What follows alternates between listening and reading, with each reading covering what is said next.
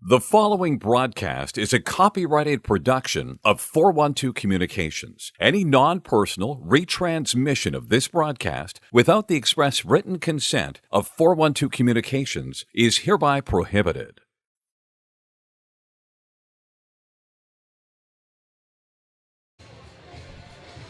A most pleasant good afternoon to you, friends, wherever you may be. Welcome into Delaware Hockey Network's coverage of the 2023 Eastern States Collegiate Hockey League postseason tournament semifinal action on tap. Here from Pittston, Pennsylvania, nestled between Wilkes-Barre and Scranton, as the Stony Brook Seawolves, off a controlling 4-1 win over Delaware, now face the top-seeded University of Pittsburgh Panthers in semifinal play. James Witherite, delighted to once again be joining you, and alongside me for this game, the esteemed voice of the Nickel City Hockey Network in Buffalo, New York, and a very good friend, Aaron Alpern. Aaron, we were certainly in for a treat yesterday, and the way things look today in this 4-1 matchup, it promises to be a close one, especially after these two teams split their regular season series just last weekend. Familiarity, as the story goes, breeds contempt. And I think we're going to be in for a ding-dong battle between these two sides today. Yeah, certainly based on what we saw yesterday from Stony Brook, a suffocating victory against the Delaware Blue Hens, only allowing 19 shots on goal for Delaware in a textbook defensive game. And then, as you mentioned, it is a rematch of the games that were played last weekend. The entire season series between these two schools was last Saturday and Sunday. The Sunday win for the Pitt Panthers is what got them the league's auto bid to the 2023 ACHA Division I National Tournament. So that was certainly a big victory for them after losing the initial battle on the weekend 5-2 on Saturday. Taking a closer look at the Stony Brook side, Matt Minerva, who did not play during the fall semester, in 14 games has accounted for points in 12 of them. If memory serves me right, he had 3 goals in that weekend series. Yeah, I mean, he comes into this as one of the hotter players in the league. He played partially in the first semester. There was an absence there in the middle of the season, but in the time since he's gotten back into the lineup, he has just been absolutely on fire. 9 goals, 11 assists on the season, 20 points in 13 games played.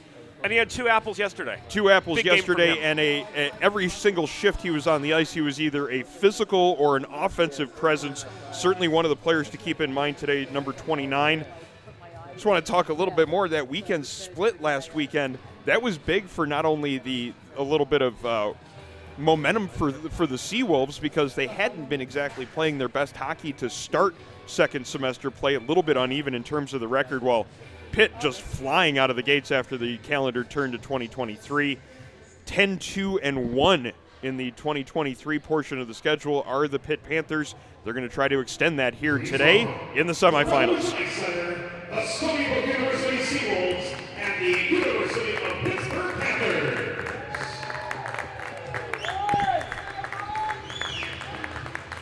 And talking more about Pitt coming into this game as the top seed, the auto bid awarded team in the league. They'll be at the national tournament in Massachusetts coming up in a couple weeks.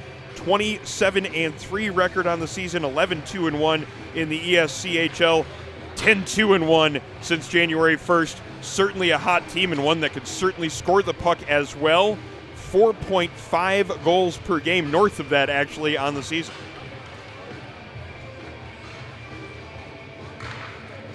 4.5 goals a game on the season. Devin Baresi in goal for Pitt, 2.66 his goals against average. The Panthers will have to get through Matvei Kazakov, though, who has been absolutely dialed in, especially after his 18-save performance yesterday. 15-8-3 on the season with a goals against average of 3.2 and a save percentage hovering over .910. We're going to head inside the glass for opening introductions right now for this semifinal matchup. Once again, fans, good afternoon and welcome to the Revolution Ice Center in Pittston, Pennsylvania, home of the 2023 Eastern States Collegiate Hockey League postseason tournament. The semifinal matchup pits the number 4 seeded Stony Brook University Seawolves against the top seeded Pitt Panthers. Let's meet today's starting lineups. For the Stony Brook Seawolves, coached by Chris Garofalo. Starting in goal, from Lake Grove, New York, number 20, Matvei Kazakov.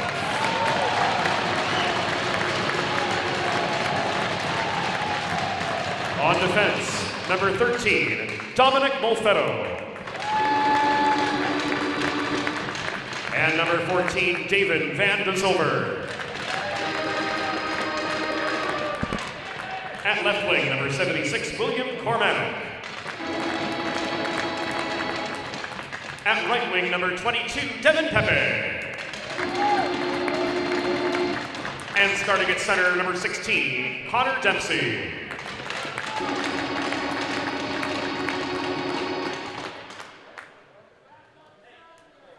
And now the starting lineup for the University of Pittsburgh Panthers, coached by Stu Rolnick. Starting in goal from Youngsville, North Carolina, number 30, Devin Baresi.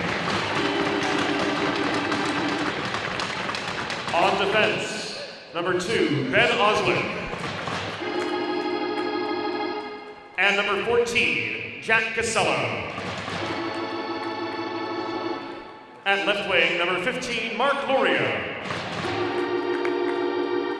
At right wing, number 42, Brendan Johns. And starting at center, number 28, Ian Keller.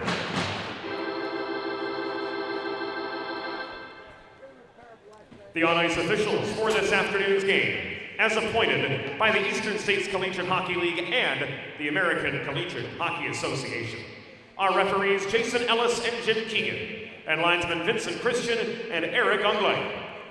The official scorer for this afternoon's game is Abby Lazecki. Fans, at this time, we ask that you please direct your attention to the American flag located behind the Stony Brook goal, as we honor the United States of America and those who defend this nation with the Star-Spangled Banner.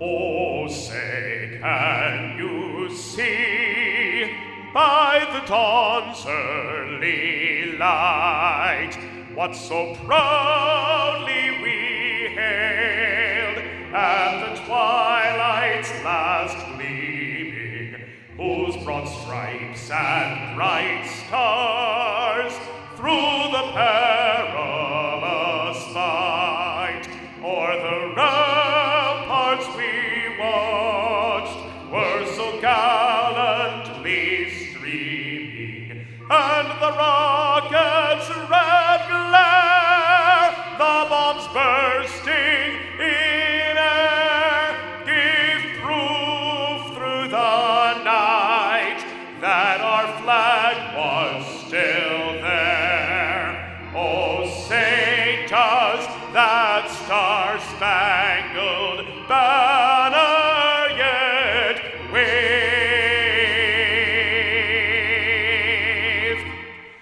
o'er the land of the free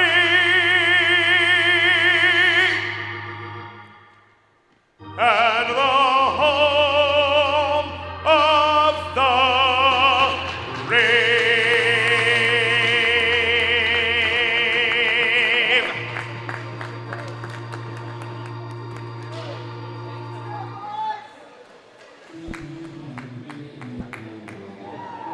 Pregame in the books. We're ready for some hockey, Aaron. This one should be a good one. Obviously, we'll be starting 5-on-5, but special teams could be an area to watch here in this game. Pitt has a lethal power play, converting on 32% of their power play opportunities on the year, 24 goals in 75 power play chances. Stony Brook has 26 power play goals, but it's taken them more than twice as many power play opportunities to get there. This Pitt power play could be a difference maker here in this contest. Look for Stony Brook to just try to avoid giving them those opportunities, though the Seawolves do have a strong PK, killing off nearly 84% of the penalties they take. As we saw from the Seawolves yesterday, very defensively sound team, limiting Delaware to 19 shots, and most of those 19 shots were from outside the dots. So lots of space for Kazakov to see everything happening in front of him. And I think we might very well be in for a defensive struggle between these two sides. First period action brought to you by our good friends at First State Ice Hockey, committed to building the next generation of youth hockey players in and around Delaware under the philosophy of one state, one goal.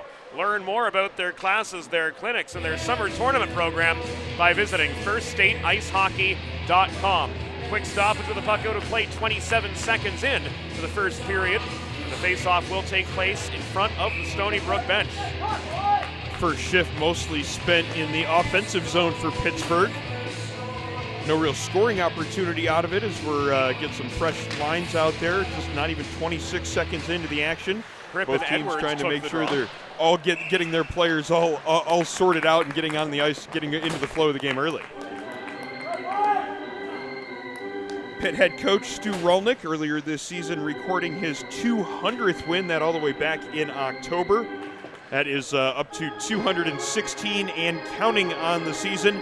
Obviously, his team hopes to add to that total here and keep things going as they face off against Stony Brook in this semifinal matchup, looking to win a date tomorrow in the finals.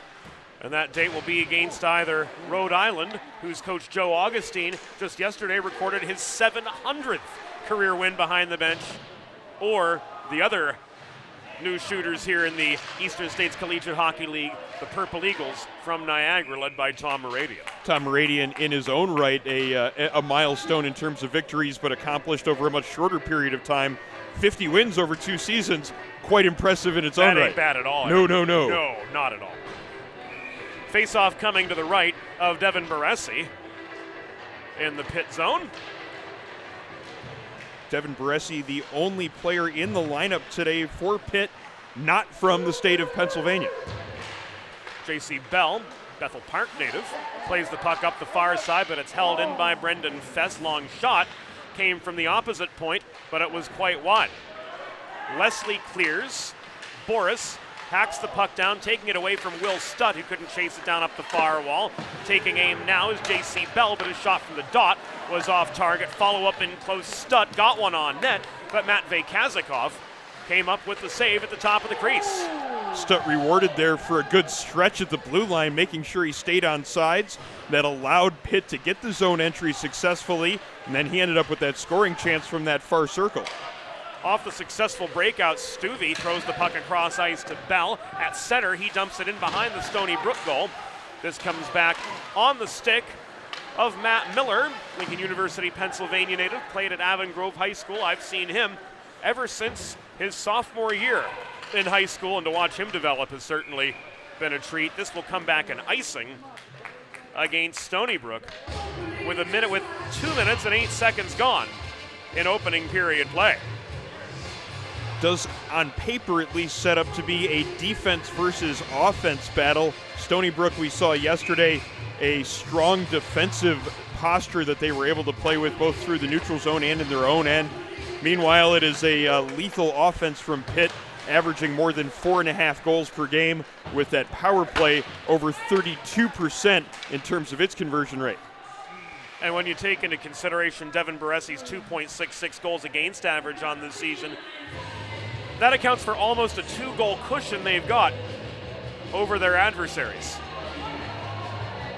That's attacking zone draw coming up for them right now off yet another Stony Brook icing.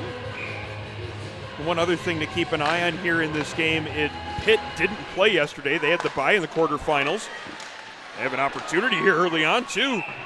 Kazakov had to be quick to make sure he covered that one. Johns, and Kazakov comes up with the cover. Just saying that Pitt is the team that's a little bit more well-rested coming into this matchup, having the bye in the quarterfinals. Whether or not that provides the advantage or whether or not Stony Brook has the advantage of momentum coming in after yesterday's win, obviously the way this game plays out will give us the answer to that question. Mark Luria looking for space behind the goal, but this puck is taken away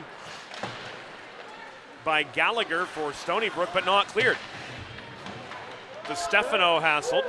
Now DePalma's got some space in the near corner. He surveys his options, rolls the puck up the far boards. It's caromed ahead to Gallagher. He stretches this ahead, and the shot from Mateo Daida was blocked away.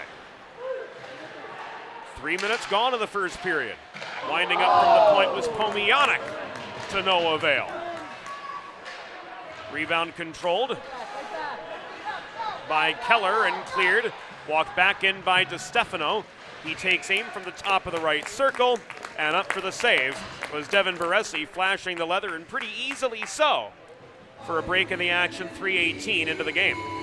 Maybe a little bit of early game nerves at play there. Scoring opportunity from Kyle DePalma as he was maybe just gripping the stick a little bit hard as that pass came across from the far point to the near side, where he had a good opportunity to get a redirection in on net. Not really the proper way to get that one off. I'm sure he'd like to do that one over again as he missed the net on that redirection by quite a bit. Failed breakout off the stick of Zach Graff. This comes back behind the cage where Hunter Ross throws the puck up the middle. McDermott volleys it back from center for Stony Brook, in behind the Pitt goal again where Baresi steadies. Stony Brook had to reload on the regroup out of the zone. They thought they had cleared the zone, but then they had to go back and do it yet again. Made that breakout a little bit easier for Pitt. This outlet pass sailed beyond the reach of Ulrich Barag, but he won the race to the puck and comes up with a goal. Pitt takes the early lead, and leading the handshake cue, it's going to be Josh Ripp. Josh Ripp taking the pass in front of the net from Virag, and what a beautiful setup this was. A great finish, too. Hard around behind the net, finds the man wide open in front after battling two different players for possession behind the net, and a quick setup in front of the net, and Matvey Kazakov has given up certainly a different goal than he gave up yesterday. He was almost unbeatable in yesterday's game. The only goal that was scored against him was a quickly developing bang-bang type of play in which a defenseman ended up out of the play after his stick got stuck in a corner of the boards. In this case, He just got plain old beat. He got beat, but he got beat in a case where there was a man wide open in front of the net. That's a breakdown defensively that we certainly didn't see from Stony Brook last night. Not at all.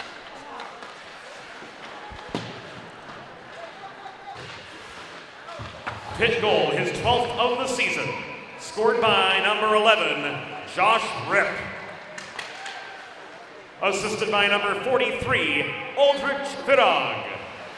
Time of the goal, 3 minutes 52 seconds in the first period.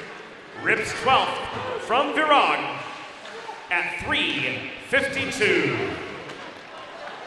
And there it is on the top of your monitor as this shot from Matt Miller is blocked and pushed by Zerilli nearly back to center before it was turned back in. Miller with enough space to get that shot away. It did hit the leg of the Stony Brook defender, but you're seeing certainly more room to operate in the offensive zone for this Pitt team than what Stony Brook allowed to Delaware last night. I'm sure not quite these first 5 minutes that Stony Brook would have had in mind, but based on what they were able to do last night, I'm sure they can tighten things up defensively. Faceoff coming up to Kazakov's right here as we are just under 5 minutes into the game. And Greg Barnich fans on the puck. He was the one who put the bow on Stony Brook's 4-1 win over Delaware yesterday with that last second goal. Gallagher in front of his own net is hauled to the far corner by Stutt, who plays the body on him. DeStefano cannot clear.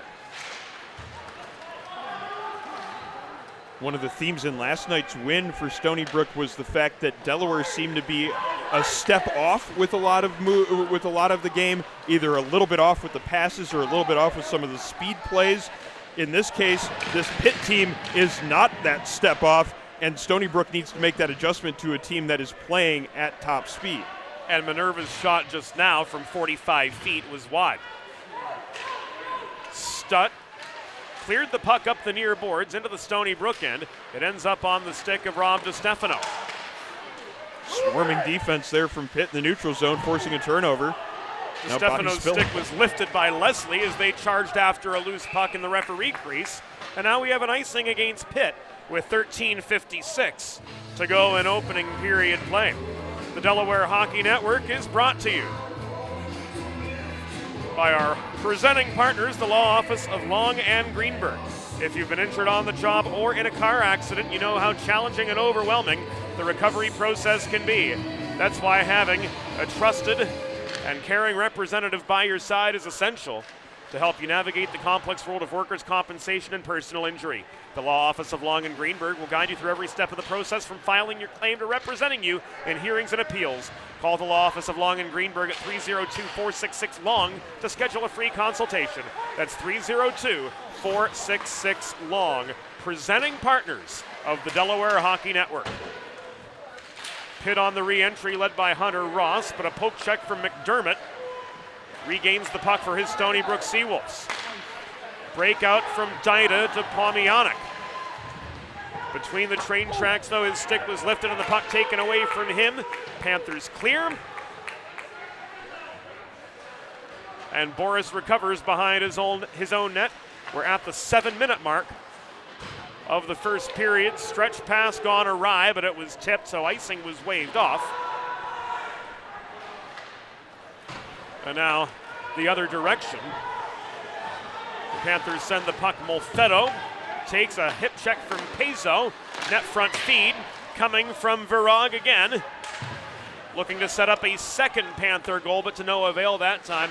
There was nobody down low in position to keep the momentum alive. Oslick hacks the puck down in the neutral zone, but Dempsey recovers for Stony Brook. He was driven back into neutral ice. Rip picks up the puck again, tries to steamroll through traffic. His stick was lifted. Virag offering good aid, protected the puck. Close-up shot from an awkward angle, turned aside by Kazakov, and Kormanek picked up the rebound. He walks the other direction, shot from the top of the left circle, was stick checked into the near corner, where Virag hustled back to recover. He clears the zone. Rotolo takes a heavy Kormanek hit along the near boards in the neutral zone. Puck ends up in the Stony Brook end. It is cleared. Bell works it back the other direction from just above the Stony Brook line. Molfetto gave it away. Centering pass from Stutt. Nobody home. He tried to find Graff, but that was just off its intended target. Here comes Edwards the other direction, up the left wing boards into Pitt territory. He rolls the puck behind the cage. It's contested now in the far corner, a two-a-side battle. Malik's got it trapped.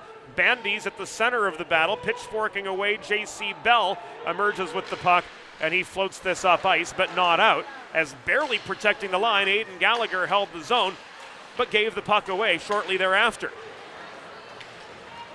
Here's Bell with a long shot from 45 feet. That caught and held by Kazakov for a break in the action with 11:13 to go in the first period that has seen the Pitt Panthers, by and large, control territory and momentum. 6-1 in terms of shots as well in favor of Pitt. You saw Bell there get the zone entry and then immediately cut east to west just inside the blue line. Could have been a chance there to hold on to it for a little bit longer. Not the most difficult of saves that Matvei Kazakov will have to make this evening. Barnich, the recipient of the Galinsky headman pass and neutral ice, gained red before dumping the puck into the Pitt territory. Barnich tries to work it free, but it's sticked down by Miller in the far corner of the Pitt end.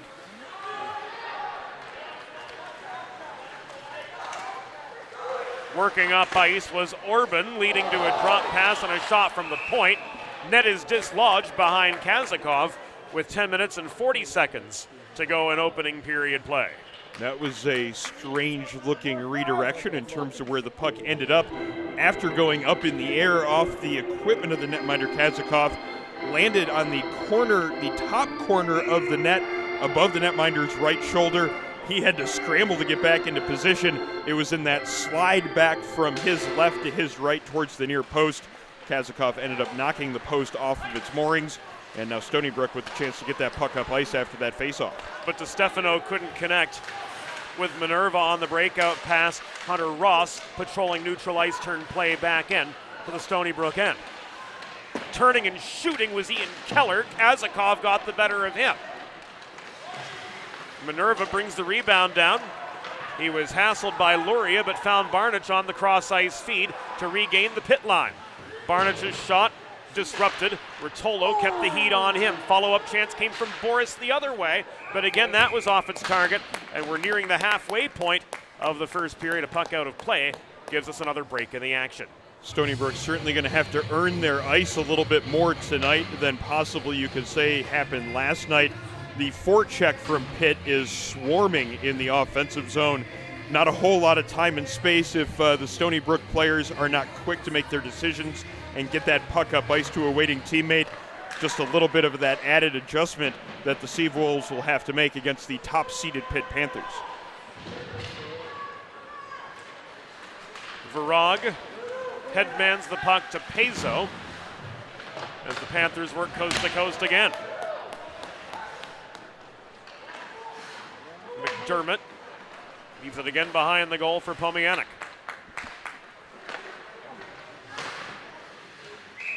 McDermott fielding the breakout pass, took a check from Virag right in front of the Stony Brook bench. Puck ends up in the bench area and out of play. Pitt making a change here, and that might be welcome news from the Stony Brook bench, as that line has had a very fast start to the game for Pitt. That line being Aldrich Virag alongside the goal scorer Josh Ripp and number 6, Edward Pezo. Every time that group of 3 comes over the boards, they seem to be a disruptive bunch in the offensive zone. Certainly have some of the Stony Brook defenders a little bit on their heels already with 1 goal here in this game tonight. Boris gains center before rifling the puck into the pit zone. It was steadied by Baresi, but the breakout failed. This pass from Casella does find Leslie. Shot was wide. Highlight out of the zone there by the defenseman from Stony Brook that was not only knocked out of the air, but in a roundabout, over the top sort of way that looked a little bit more like it was reminiscent of highlight or lacrosse. Effective, though, in terms of getting the puck out of the zone. No doubt. Puck frozen here by Baresi with 8 minutes and 42 seconds to go in opening period play. And the face-off comes to Baressi's left. This puck is over the glass again. And another stoppage with 8:39 to go in opening period. Catching the attention of the fans in the stands to our right as that puck came quickly out of play.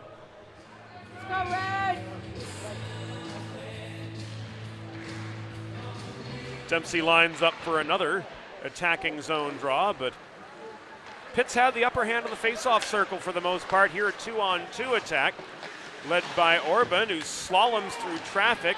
Molfetto angled him to the far corner. Stewie, the other part of that two-a-side attack for Pitt, ultimately taken off the puck. Pepe held up Larkin, who caroms it into the near corner. Stewie takes a heavy hit there. Dempsey can't emerge through the forechecking gauntlet of Panthers. This is cleared by Pepe. The other 22, Stewie, just beyond center, or rather just ahead of center, backhands the puck deep into the Stony Brook end again before heading off for a change. Van de Zilver with a takeaway in the neutral zone off that Hunter Ross breakout attempt. Walks in up the right wing boards, caroms the puck low, beyond the reach of Kormanek. Ross has it tied up now in the far corner of the Panthers end. Edwards tries to pave a way to the cage. He set up a shot from Nick Cirilli just inside the dot. Baresi with the upper hand there for save number 3. 12.5 minutes into the contest, Aaron Alpern, and Devin Baresi's only seen 3 shots on goal. But a little bit of a response coming in the last 3 or 4 minutes from Stony Brook. It seemed that at least the opening 10 minutes of the game was firmly in control of the Pitt Panthers, but there has been a little bit of that response. Inching their way back here into this game are the Seawolves. Right there, a Malik shot goes right into Baresi's breadbasket for the Paws. 4th shot on goal there for the Seawolves. As mentioned, just starting to tip the tides back a little bit. The ice had been slanted a little bit to our left toward the Stony Brook zone. The Seawolves getting to the pace of the game, it seems, as this Pitt Panther team came off the bus really ready to play here in this 4 o'clock afternoon start. Obviously coming in with the bye and using their rest to their advantage here in the early going. And also using their familiarity with Stony Brook and the fact that they are coming into this game off a win over the Seawolves, hard-earned though it may be, 5-4 via a 7-round shootout. Kazakov steadies behind his own goal. Jesse Edwards gives it away at the right half wall. Josh Ripp looking for his second, sets up for Rog in the low slot, and he scores. Oldrich Virag finishes on a Rip setup this time, and it's 2-0 Panthers. Again, it's this line of Virag, Rip, and Pezo connecting on a goal, and it starts with an errant pass, a dangerous pass right in front of the goal crease, ends up bouncing off the far boards and then right to a Pitt player. The setup comes quickly after that, and it's a reverse of the original goal. In this case, it's Virag on the setup from Rip. Rip had the first one with Virag getting the assist. Either way, this line has 2 goals, and Pitt has the 2-0 lead about 3/4 of the way through the first period.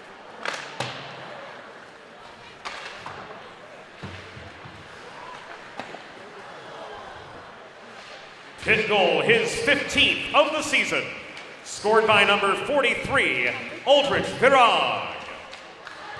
Assisted by number 11, Josh Ripp, and number 19, Brady Rotolo. Time of the goal, 13 minutes, 31 seconds. In the first period, Virag's 15th from Ripp and Rotolo at 13:31. Faceoff coming back now into the Pitt zone after they pick up their second goal of the game and a little bit of a cushion here in their first period lead. See what sort of response in this shift after the goal comes from the Stony Brook Seawolves. A couple of the, or at least one of the new players in the lineup out there right now, the defenseman McDermott. Barnage's entry just. Look at that shot by Minerva. Wow, Minerva. A rocket from the top of the right circle. Well, there was no doubt he was the best player in the game last night for Stony Brook, as he made a difference in every single shift that he was out there, whether or not it be physical play or the 2 assists he recorded in the game. What he did right there was absolutely fire a perfect shot, a laser over the left shoulder of the netminder into just a tiny area inside the bar and crossbar and post in the top right corner. A picture-perfect shot from Minerva, and no surprise that is the player leading his team back, getting them on the board and drawing them within 1. Big role player yesterday with 2 assists. Of course, he's had points in 12 of his last 14 games, now may get 13 for 15 off that absolute rocket, and we will get you the replay for that goal wherever you are during the first intermission report when Aaron's joined by Mark McClure after these next 4 minutes and 48 seconds of hockey. Stony Brook goal, his 10th of the season, scored by number 29, Matt Minerva. Assisted by number 91, Greg Barnish. Time of the goal, 14 minutes, 24 seconds in the first period. Minerva's 10th of the season from Barnish at 14:24. So it's Minerva that provides the response from Stony Brook after it is the single line from Pitt getting both of their goals here tonight. That might be the battle here between the Virag line, the Virag and Rip duo, and then Minerva for Stony Brook. Which side will get the better of that duel? This puck covered up by Baresi for another break in the action with just under 4 minutes to go in opening period play. Planning for retirement doesn't just happen overnight. For 35 years, Limestone Pension Associates has helped small businesses craft and administer pension plans for their workforces. Learn more at limestonepension.net.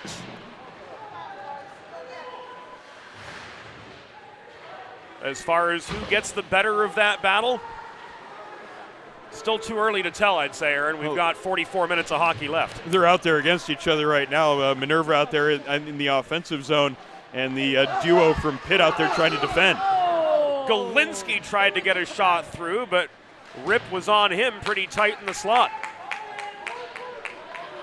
This puck is cleared. DeStefano recovers between the circles in his own zone.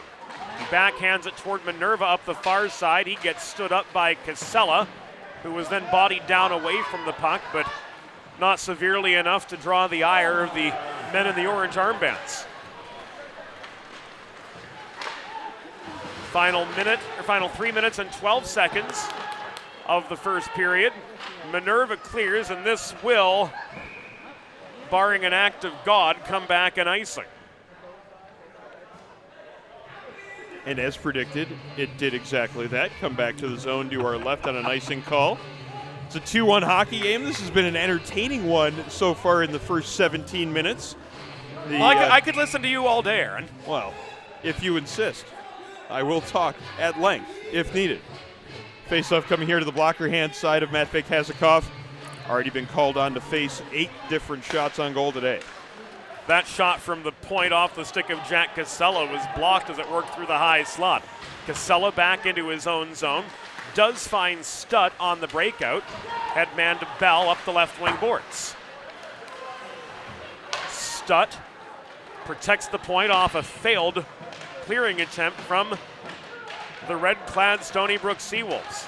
Puck battle develops in the far corner. Leslie looking for space.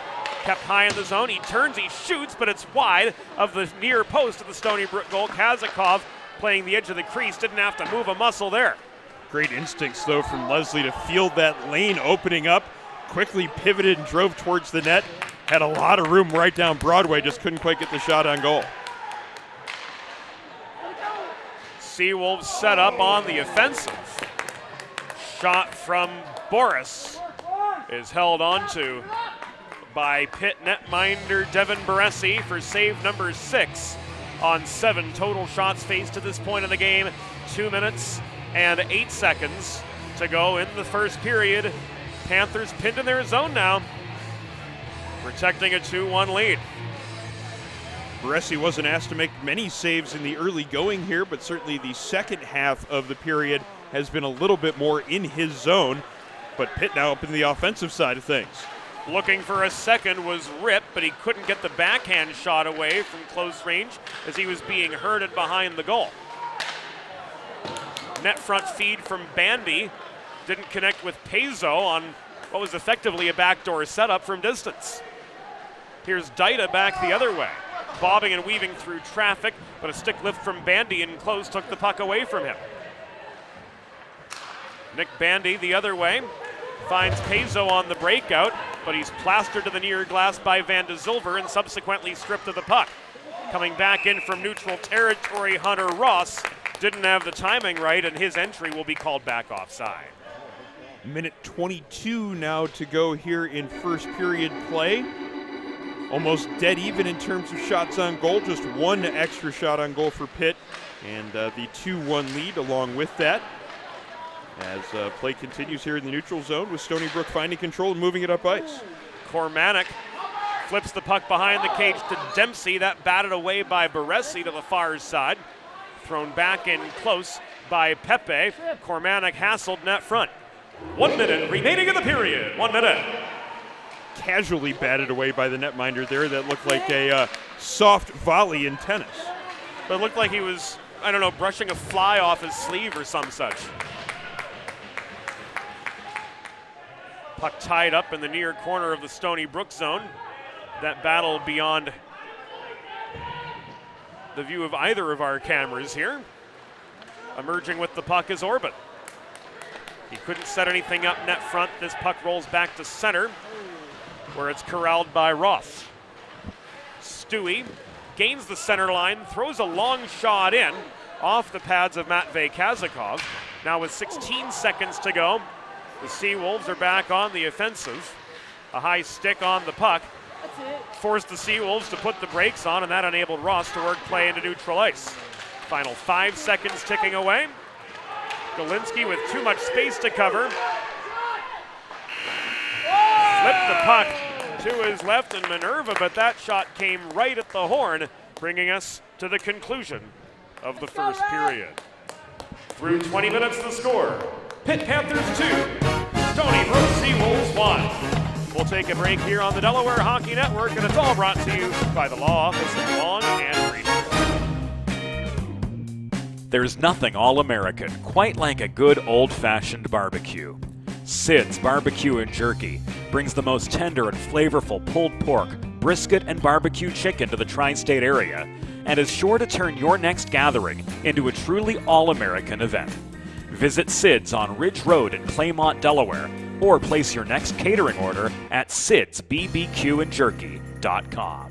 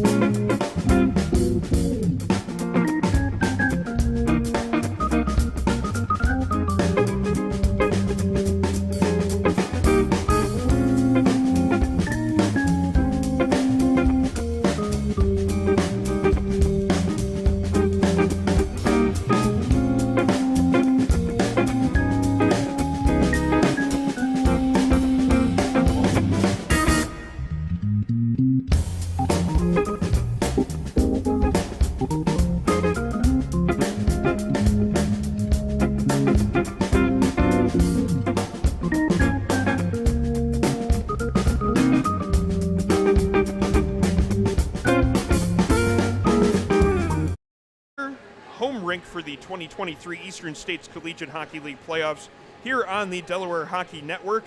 Our first matchup here in the semifinal round, it is the 1-seed Pitt and the 4-seeded Stony Brook. It is a 2-1 lead for Pitt after 20 minutes of play.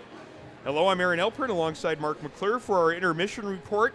And Mark, it was 2 goals for Pitt to start things off, but then Stony Brook getting a big answer, Matt Minerva's 10th, to make it a 2-1 game. And they desperately needed that. It was an awkward start, it felt like, for Stony Brook. The pace wasn't there for them at the early part of the game. I think they weren't ready for the speed that Pitt was going to come out with, but that was a huge answer for them. You do not want to go in with that bagel on the score sheet through 20 minutes of play, and they made sure of that. This was a gorgeous shot. You could not have put this in a better spot.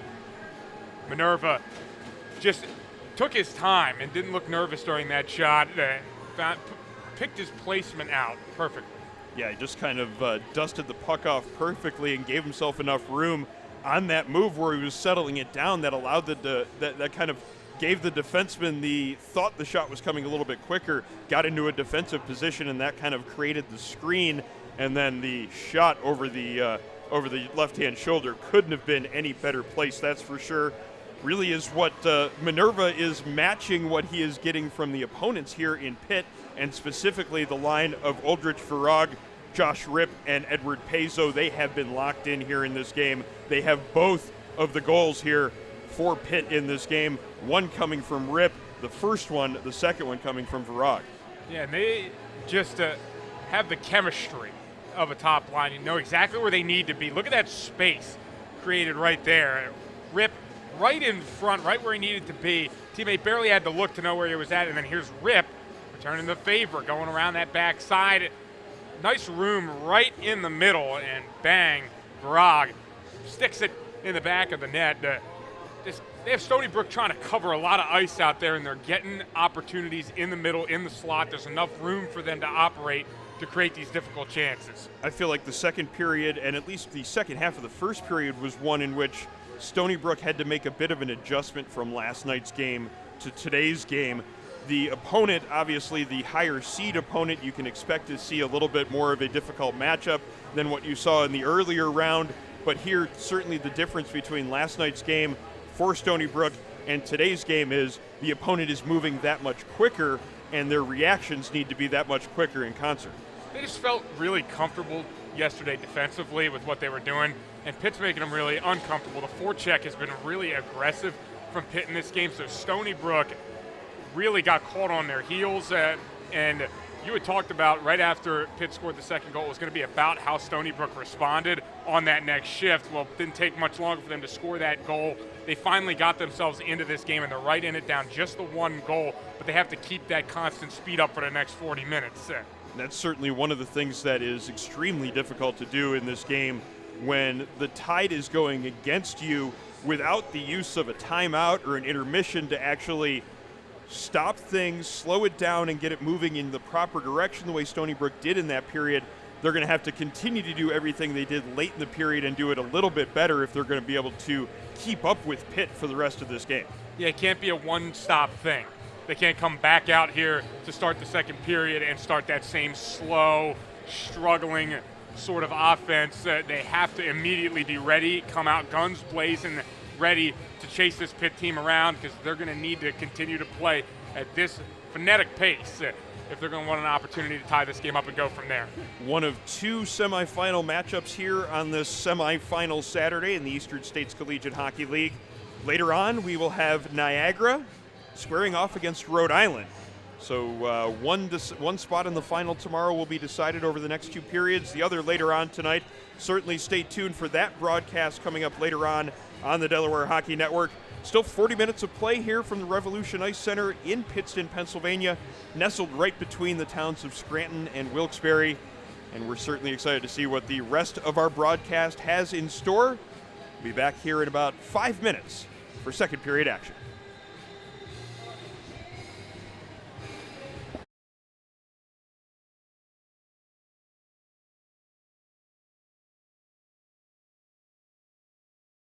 Bridges have connected people for centuries. When it comes to helping small businesses build bridges with the people they serve, there's a new gold standard. 412 Communications offers a uniquely comprehensive array of media solutions to help your brand establish and maintain strong, lasting connections with your clientele.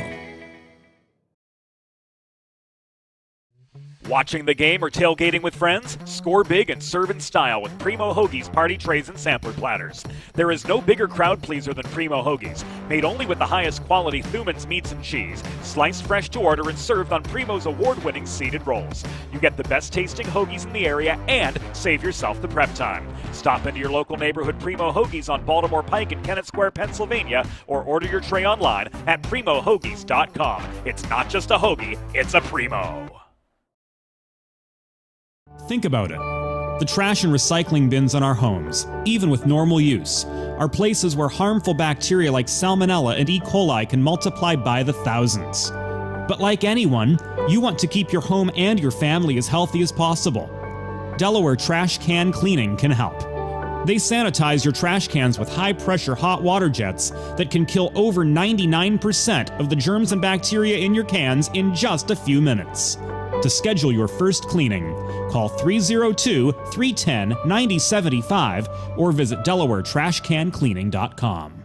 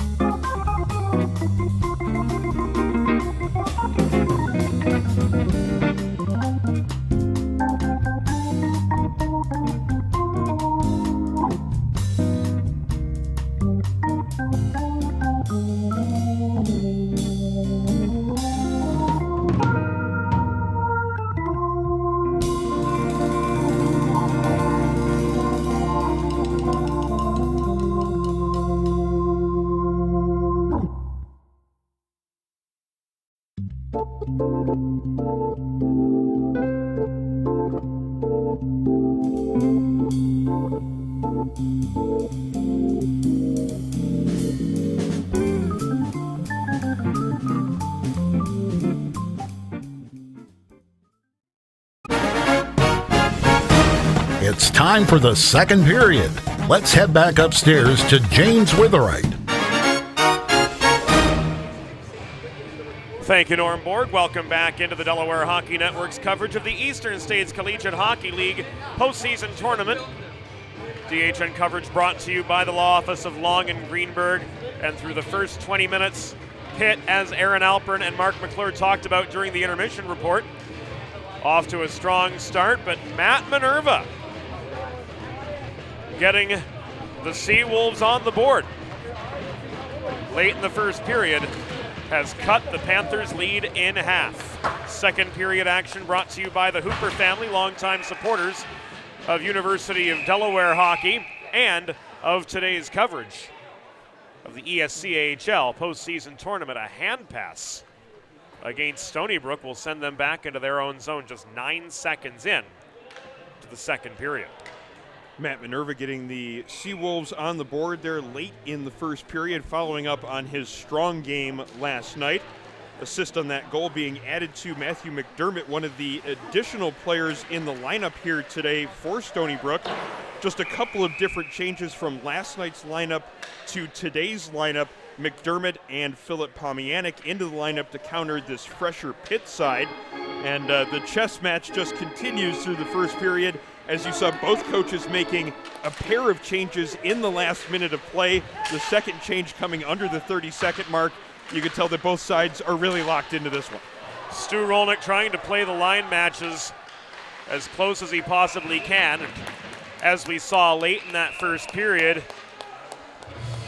he put the Rip and Virag line up against Minerva to try to neutralize them to the end of the period, and lo and behold, it worked. I think you're going to see the Rip and Virag line out there as much as they're able to handle. I would, if I was a coach, that would be my choice whenever they weren't clearly sucking wind on the bench. They're a group that has certainly helped set the pace for Pitt here today. Minerva, meanwhile, doing that exact same thing for Stony Brook. He's out there on the ice right now. Barnich won the face-off at the far circle. Minerva, however, could not clear. DeStefano's clearing attempt was blocked by the forechecking Leslie. Gallagher works the puck beyond center, where it's pushed up the far boards by Galinsky, and once again into the Pitt zone. Barnich to Gallagher, who lost the zone by about 6 inches. Was going to say 100 feet, but what's the difference? We'll save that for yesterday's broadcast. Minerva, after regaining, held the point. Gallagher steps up to the half wall off the Karam shot, gloves the puck down in a puck battle in the corner. It's held in by Galinsky, just in front of his bench. He heads off for a change. Meanwhile, play migrates below the cage to the near side, where Leslie muscles the puck beyond center.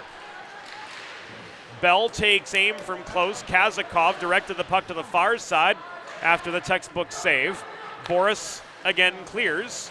Minerva puts on the brakes behind his own line. Flips the puck behind the cage, where Boris waits for a minute and 50 seconds. That last into the save by second period. Kazakov, those are my favorites from goaltenders, where they make it look so easy that it almost turns into a perfect tape-to-tape pass off the pads. I know. Seawolves trying to set up on the attack again, but Virag took the puck away. He tried to connect with Pezo on a cross-ice breakout. It was intercepted, but given away in the neutral zone again, enabling Aldrich Virag to walk back in to Stony Brook territory. Here's that line Boris from couldn't Pitt. turn the puck away from Pezo. net front feed intended for Rip. Didn't make it there off the stick of Virag.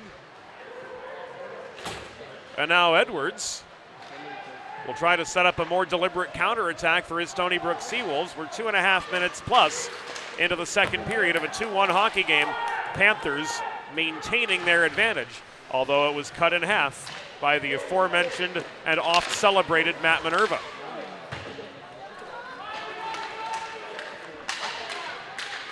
That barrage of net front chances kept at the top of the crease by Baresi.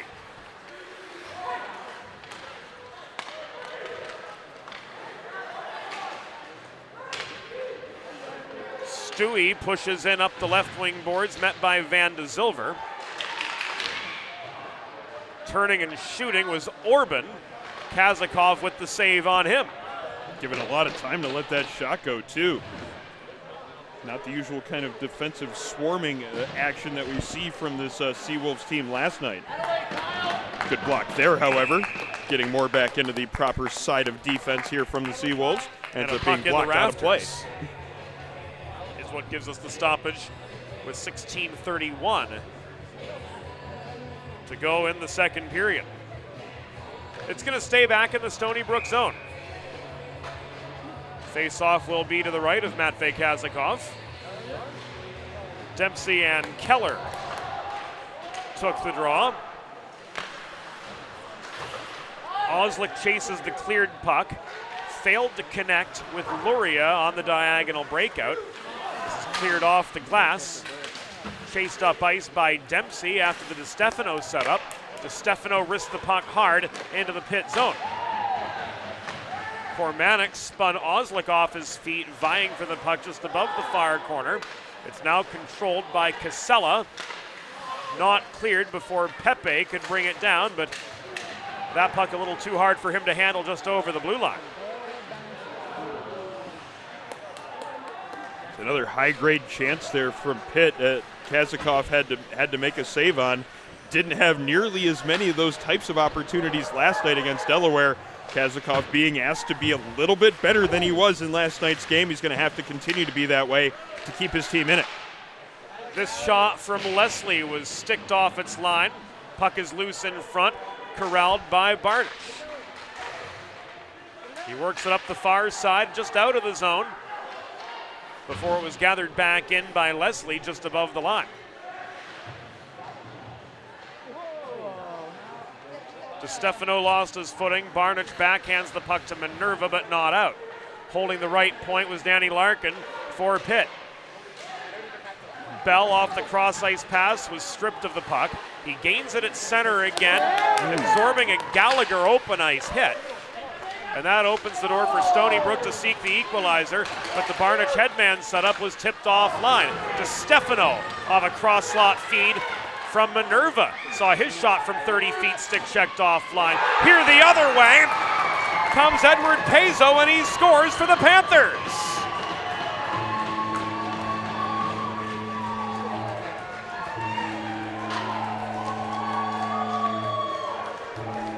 One each for everybody on that line as Pezzo joins in on the fun for the Pitt Panthers. In this case, he accepts the pass.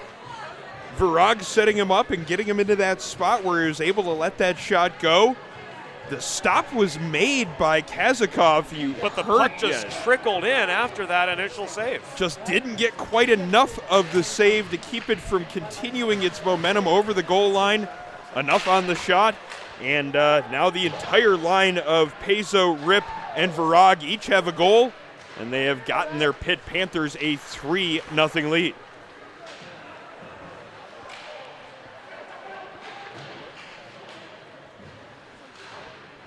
Coming to the 6-minute mark of this second period.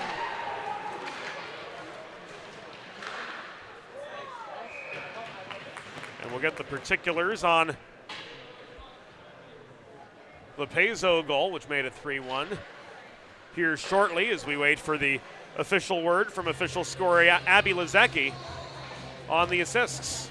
Certainly been a much different night in terms of what this Stony Brook team has had to face. Those types of opportunities in tight They were few and far between from Delaware last night. Stony Brook was a lot tighter in terms of what they allowed, and the opponent, in this case, was certainly not developing the types of chances that this Panthers team has been capable of so far in the first half of the game. And again, it's a moment in the action where Stony Brook's going to have to come up with another response. Pitt goal scored by number 6, Edward Paiso, his 13th of the season. Assisted by number 43, Aldrich Virag, and number 12, Zach Graff. Time of the goal, 5 minutes, 21 seconds in the second period. Paiso's 13th from Virag and Graff at 5:21. That pass resulted in an offside re-entry as Matt Miller lost the zone at center point. Top seed well on its way here, almost halfway through the action. In this semifinal matchup, a 3-1 lead for the Pitt Panthers. Now back into the offensive zone. The puck is dumped in as they look to set up some more offensive zone time. They've had a healthy advantage in that regard as well so far this afternoon, and they have used that time in zone to develop their scoring opportunities. It's been all one line on the score sheet so far, but it's been that full effort from the forward group, putting that cumulative effect on the opposing defenders. And maintaining that zone time, as we call it, in the Stony Brook end of the rink, while only, as you mentioned, while only one line has contributed to the scoring, pardon me. It's been the collective work of all four lines to maintain the momentum and maintain the territory. It's setting that tone with the forecheck. You might not be the line that ends up getting the goals, but what you do on your shift before that goal ends up maybe playing a little bit of a role in that goal. Pomianic one-on-one back the other way. Shot was bothered by the back-checking Hunter Ross. That's the save of the weekend right there, James.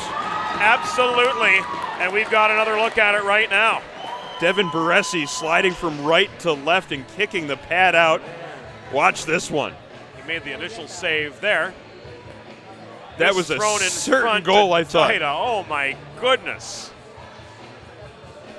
Set up by Pomianic on the drive into the offensive zone as we see another one of those new additions into the lineup for Stony Brook, proving to be at least a smart addition so far. That extra little bit of difference with Pitt being the more rested team. Smart move to get a couple of fresh bodies in there to try to offset that a little bit. Both of those fresh bodies have at least proven to be at least a bit of a difference so far. They've made their contributions so far for their Stony Brook side. Might need a little bit more, though, if they're going to come back. They're down 3-1. 32 minutes left to go in the game as Cormanic pursues Ross but can't break up the advancing pass to Leslie up the far side. Bell throws the puck net front, but it's corralled by Cormanic, worked ahead to Pepe. This odd man entry will be called back offside too. Just that extra little move at the blue line that's usually what causes that offsides. Usually it's what gets the linesman's attention when you don't quite keep going straight just outside of the blue line. Right. And in that case, just barely offsides and face off right in front of the Stony Brook bench as we approach the halfway mark in this game. Dempsey and Rip took the draw. Dominic Molfetto forced back into his own zone, recovers, finds Cormanic, entry good this time with a 2-on-2 off the post. Cormanic's shot ricochets all the way back to the point, which was protected at least briefly by Devin Pepe. But now the other way comes Paiso looking for a second. Eddie Paiso with wide open net to work with, didn't get the angle. Kazakov aggressively challenged him and forced that shot offline altogether. Well, first you saw Cormanic with the chance on one end and then Paiso back at the other end. Cormanic had the first goal of the game for Stony Brook last night on a pinpoint shot similar to that one. In this case, can't beat the iron. Then Paiso looking for his second of the game as that line continues its torrid play in this one. Make a truly all-American meal the centerpiece of your next team event or special occasion. Sid's Barbecue and Jerky in Claymont, Delaware, not far from the University of Delaware. can cater your next group event offering pulled pork, brisket, and barbecue chicken on a daily basis, along with a variety of sauces and sides sure to please any appetite. Visit Sid's at Suite C26 in the Tri-State Industrial Center on Ridge Road, open Monday through Saturday for takeaway lunch, or to place a catering order, visit sidsbbqandjerky.com or call 302-439-4937. I feel like I have to call out when either when Rip Paiso and Virag are on the ice or Minerva's out there. Minerva's on the ice right now as Stony Brook has it in the offensive zone. It will be Gallagher forced to chase this puck down as icing is waved off. Panthers change. Stretch pass finds Barnich. In he comes. He's angled to the near corner. DeStefano holding center point. Drop pass Minerva. Centering feed intended for Zerilli was intercepted. And Orban tried to generate an odd man rush the other way, but the Stony Brook back check caught up to him as we hit halfway in the second period of this 3-1 hockey game. Advantage the Pitt Panthers. Looked like that odd man rush was set up for Pitt. They just weren't quick enough to see it going that way. Maybe a little bit quicker and more urgent in the neutral zone. That would have been a legitimate 2-on-1. We've had 30 minutes and 10 seconds of 5-on-5 hockey, and it's been fast-paced and full of chances both ways. I know for a fact that the Seawolves do not want to take penalties in this game. You see that 32% conversion rate from the opponent's power play. There is no reason to even tinker with what could be a penalty against this team from Pitt. Meanwhile, I'm sure Pitt just wants to keep on playing 5-on-5. They have been developing plenty of chances that way, and they don't need to spend any time defending a 5-on-4. Almost one there. Whew. And Kazakov comes up with his series of highlight reel saves. A couple players slow to get back to their skates here as you see the one Panther off to the side of the cage on his hands and knees, certainly in plenty of discomfort. Not exactly sure what happened on that exchange at the net front, as there was just was that Leslie? That was a wild scramble for the puck before it ended up being covered under Kazakov. And yeah, number 11 is the that's Rip. That's Rip there. That's the player that's down. We'll take you back to that series of Matvey Kazakov's saves. This after the failed give and go between Leslie and Bell. Leslie on the doorstep. Ooh. Yeah, had time and space. Connor Stewie as well had time and space, as now Ben Leslie heads back to the bench. It was Leslie, not 10, not 11, just the way the just jersey. the way the number looked. Yeah, right? The jersey was kind of in an appearance that made it look like a 1 and not a 0 on the second side there. But he definitely took a big hit in front of the net as that puck was getting covered. The defenseman from Stony Brook, Brendan Fess, ended up hitting him in the shoulder there, maybe caught him a little bit off guard in that scramble in front of the net. Good to see him get back to the bench. Hopefully we see him back in the action here shortly. Keller working the near corner. Turns the puck away from traffic. Luria hassled by Boris. Centering feed intercepted, subsequently cleared, given away in the neutral zone to Bandy, which consequently requires a larger rink and a ball. I had to. You had a choice, and you chose to go with it, but I appreciated it nonetheless. Hopefully you weren't the only one. Kormanek through the gauntlet up the middle. A stick check slows him up, and this puck was backhanded out by Luria. Turned back in by Dempsey from the neutral zone. Race on to the near corner, where Larkin was able to get to the puck easily enough. That led to a D-to-D pass. Bandy's breakout sails through traffic. Stony Brook tries to bring this back the other way. Muscling the puck back out was Edwards before Paiso turned it back from center.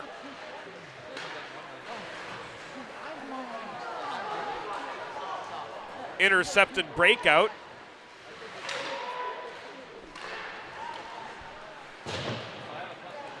Virag tried to set up Paiso again from distance. Virag walking in from the corner. Couldn't get past Kazakov there for Pitt's 17th shot, Kazakov's 14th save. The one-line wrecking machine out there again. Paiso to Virag behind the cage, around a Rip in the far corner. Rip held up by Edwards. Just wearing him out down low, cycling it back and forth. This is a shift that has me tired out from this group of 5 out there for Stony Brook. 7:10 to go. They've been out there probably, 2.5 minutes. Still with it, though, as this group tries to get it into the offensive zone. It takes Malfetto's support there in the neutral zone to finally get it across the blue line. Malik couldn't bulldoze his way through. He was stood up at the line. And now the Panthers dump and change.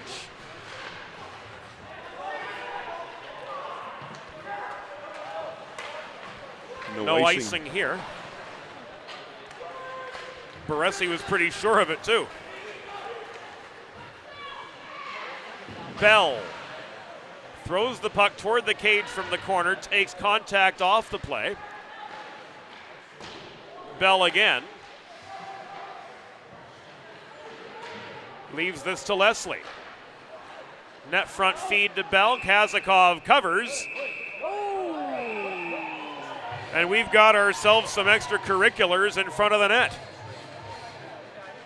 Looked like Van de Zilver took a swipe at one of the Pitt players. Might have been a touch more than a swipe as well. It looked like a little bit more like a straight right. We'll see if that breaks the streak of penalty-free hockey. It won't.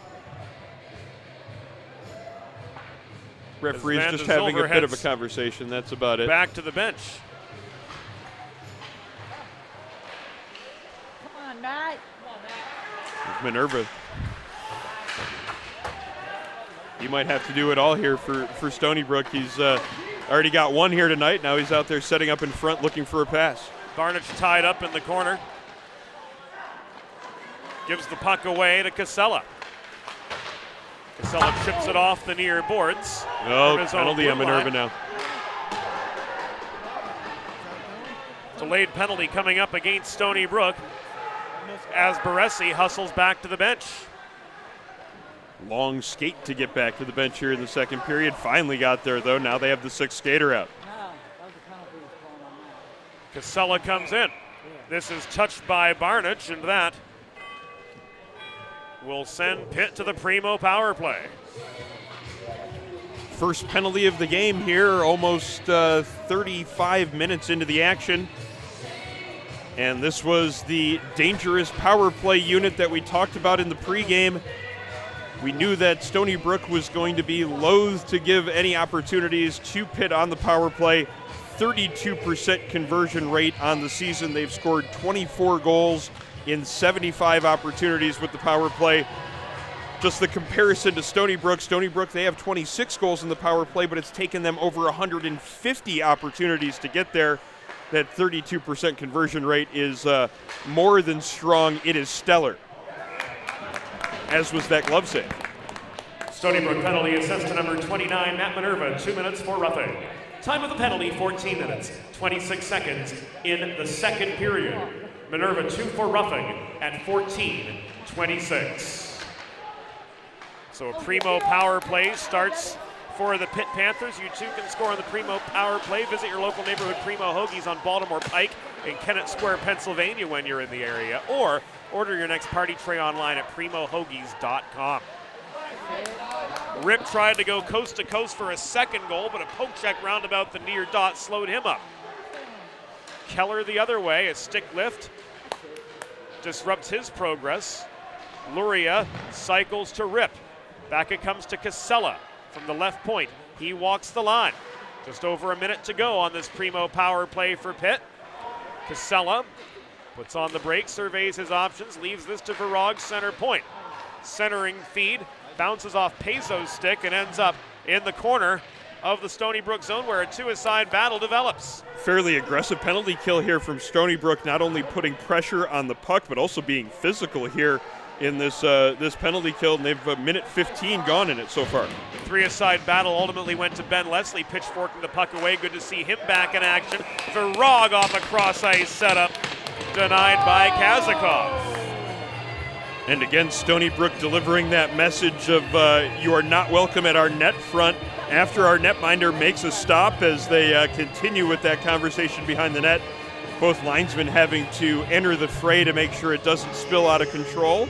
I don't know if we'll have any additional penalties assessed here, as the penalty part of the score sheet today has been pretty vacant.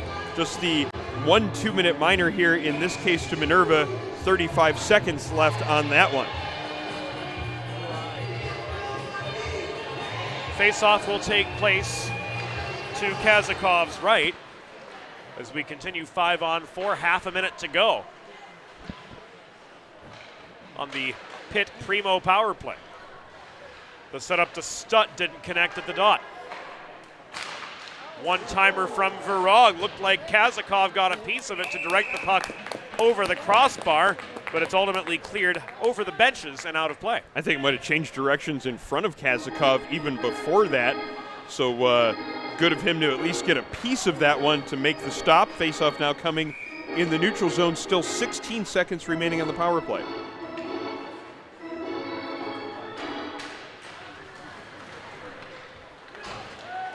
.345 to go in the second period.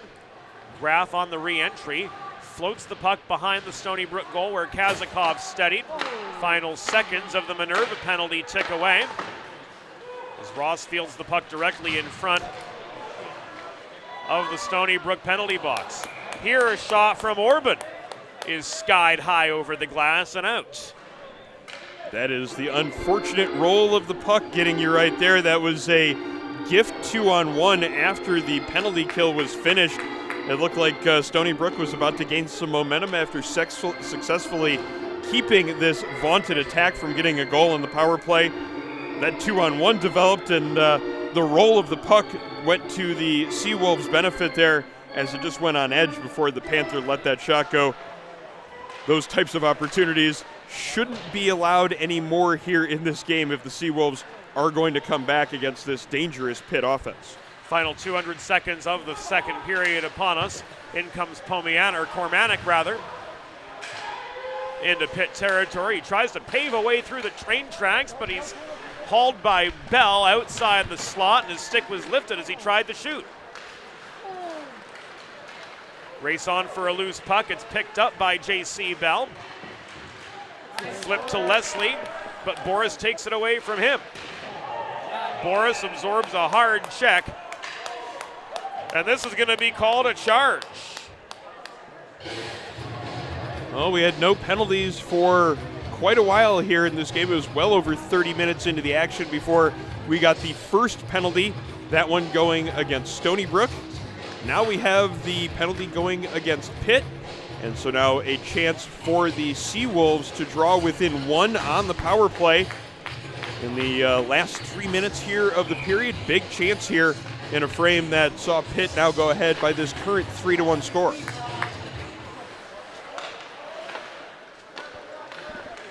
Pitt penalty assessed to number 18, J.C. Bell. 2 minutes for charging. Time of the penalty, 17 minutes, 11 seconds. In the second period, Bell 2 for charging at 17-11. Shot block leads to a clear there for Pitt. The first 30 seconds are gone in this Stony Brook power play. And now they go off sides as Edwards brought it in across the blue line, just barely behind his teammate. Stony Brook going to make some changes now as we have 1:29 to go in the power play.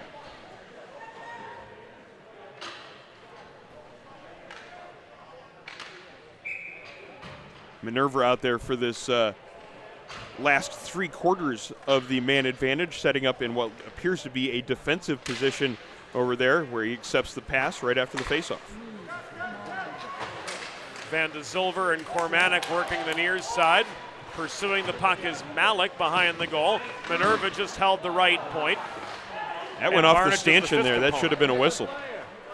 Door was open too, yeah? No, it was the above the door. It went off the curved glass there on the padded part there on the partition. The player right there next to it from Stony Brook asking the linesman why he didn't make the call. Ends up resulting in a clear for Pitt, and they've killed off more than a minute so far of the power play. In any case, play continues on. Malik works the far half wall to Van de Zilver up top. Back it goes. Minerva, cross ice feed. Barnich, net front set up to Cormanic. No! And the rebound is in. A one-goal game as Stony Brook capitalizes on the power play. Christian Malik getting the finish in the end as the power play had 42 seconds remaining on it. We talked about the vaunted power play from Pitt. They were unable to really develop a whole lot on their man advantage, and it is the Stony Brook power play meanwhile. Their percentage just under 17% on the season versus the 32% on the power play from Pitt. Well, I guess you can throw the records out and throw the statistics out when it comes to this one. In this case, it is the less vaunted power play striking, and in this case, and getting nearly Stony Brook for the back with one. equalizer. Oh my! Almost with the funny bounce there to get the third goal on the board, as certainly some life here for the Seawolves. Stony Brook goal scored by number 11, Christian Malik, his 5th of the season. Assisted by number 29, Matt Minerva, and number 76, William Cormanic at 18:29. 1 minute remaining in the period. 1 minute. Malik's 5th from Minerva and Cormanic at 18:29. A power play goal. Next shift out there, no surprise to see Pitt out there with their top line in this game. Virag and Rip out there in the shift where the response is expected here from the Panthers. Puck tipped over center by Pezo ahead to Virag. Just holding on side was Rotolo. To Stefano behind his own goal. Hassled by the forechecking Pitt player. Pezo now tied up behind the net. Works the puck to Stud in the corner. And we've got ourselves another penalty with 11 seconds to go.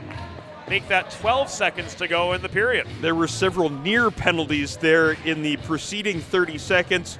Eventually, the referee saw one that was enough across the line to warrant a call. In this case, Edward Pezo going to the penalty box, a 2-minute hooking call. And so it's another opportunity on the power play for Stony Brook. Just 12 seconds to go here in this period. So we'll see if they have enough time to really get anything set up and developed here with this last portion of the period on the power play. If not, they will have that carry over into the third period. Pitt penalty assessed to number 6. Edward Pezo, 2 minutes for hooking. Time of the penalty, 19 minutes 47 seconds. In the second period, Pezo 2 for hooking at 18:47. The score through 2 periods. Pitt Panthers 3, Stony Brook Seawolves 2. We'll be back with the second intermission report on the Delaware Hockey Network in just a few minutes. Think about it.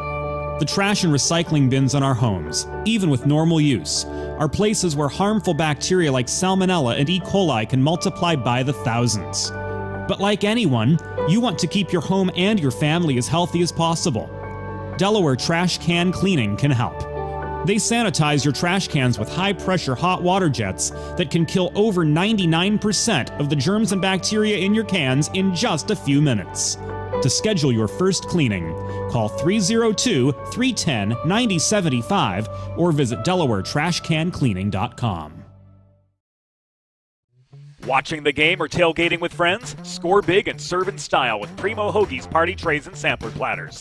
There is no bigger crowd pleaser than Primo Hoagie's, made only with the highest quality Thuman's meats and cheese, sliced fresh to order and served on Primo's award-winning seeded rolls. You get the best tasting hoagies in the area and save yourself the prep time. Stop into your local neighborhood Primo Hoagie's on Baltimore Pike in Kennett Square, Pennsylvania, or order your tray online at PrimoHoagies.com. It's not just a hoagie, it's a Primo.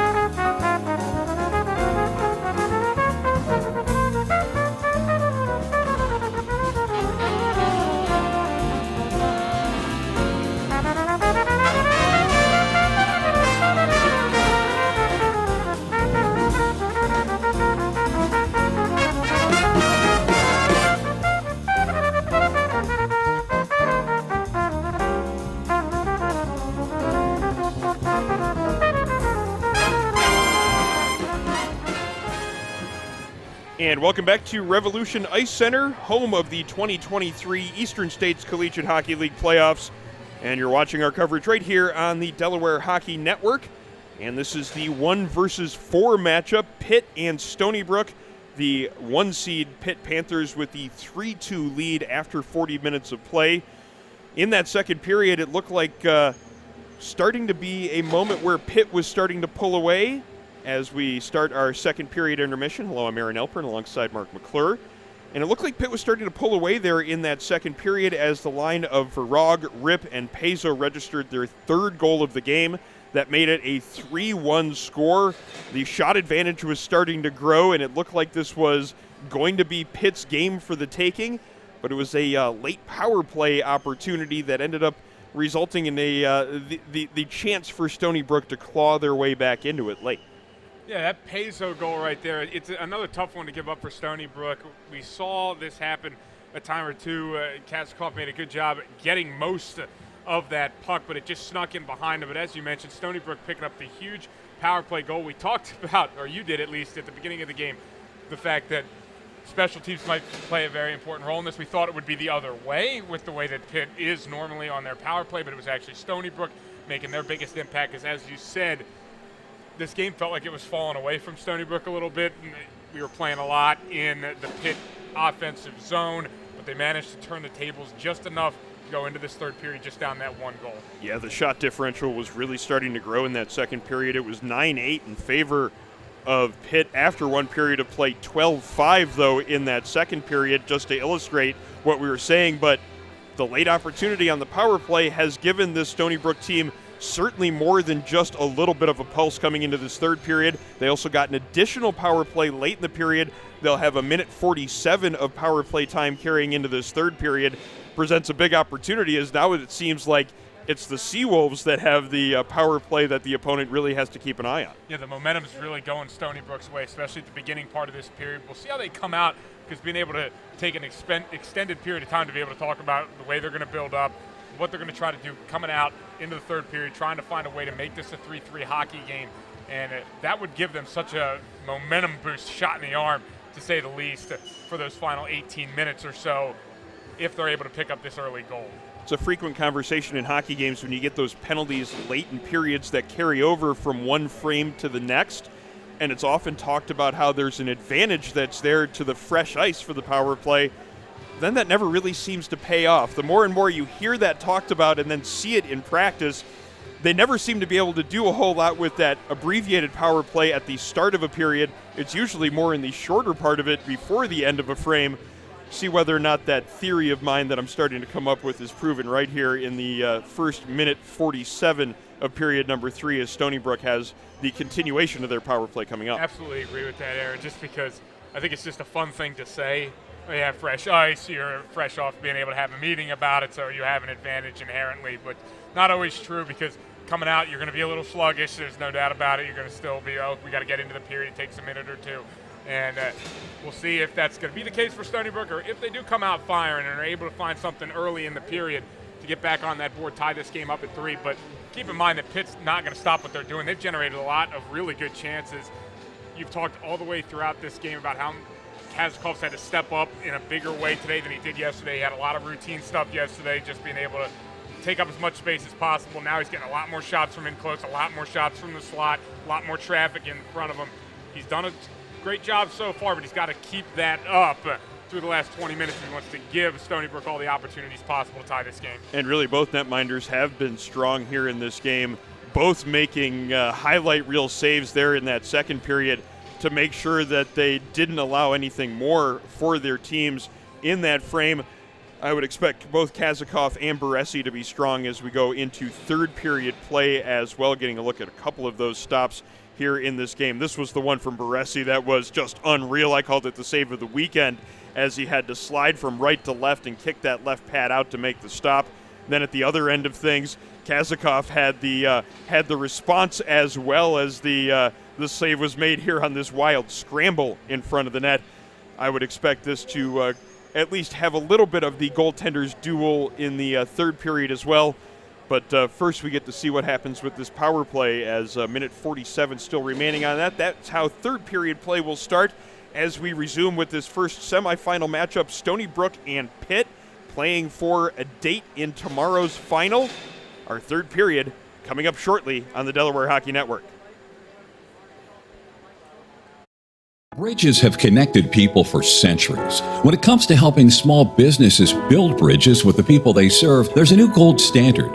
412 Communications offers a uniquely comprehensive array of media solutions to help your brand establish and maintain strong, lasting connections with your clientele.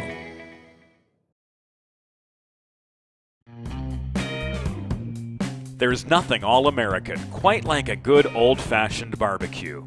Sid's Barbecue and Jerky brings the most tender and flavorful pulled pork, brisket, and barbecue chicken to the tri-state area and is sure to turn your next gathering into a truly all-American event. Visit Sid's on Ridge Road in Claymont, Delaware, or place your next catering order at sidsbbqandjerky.com.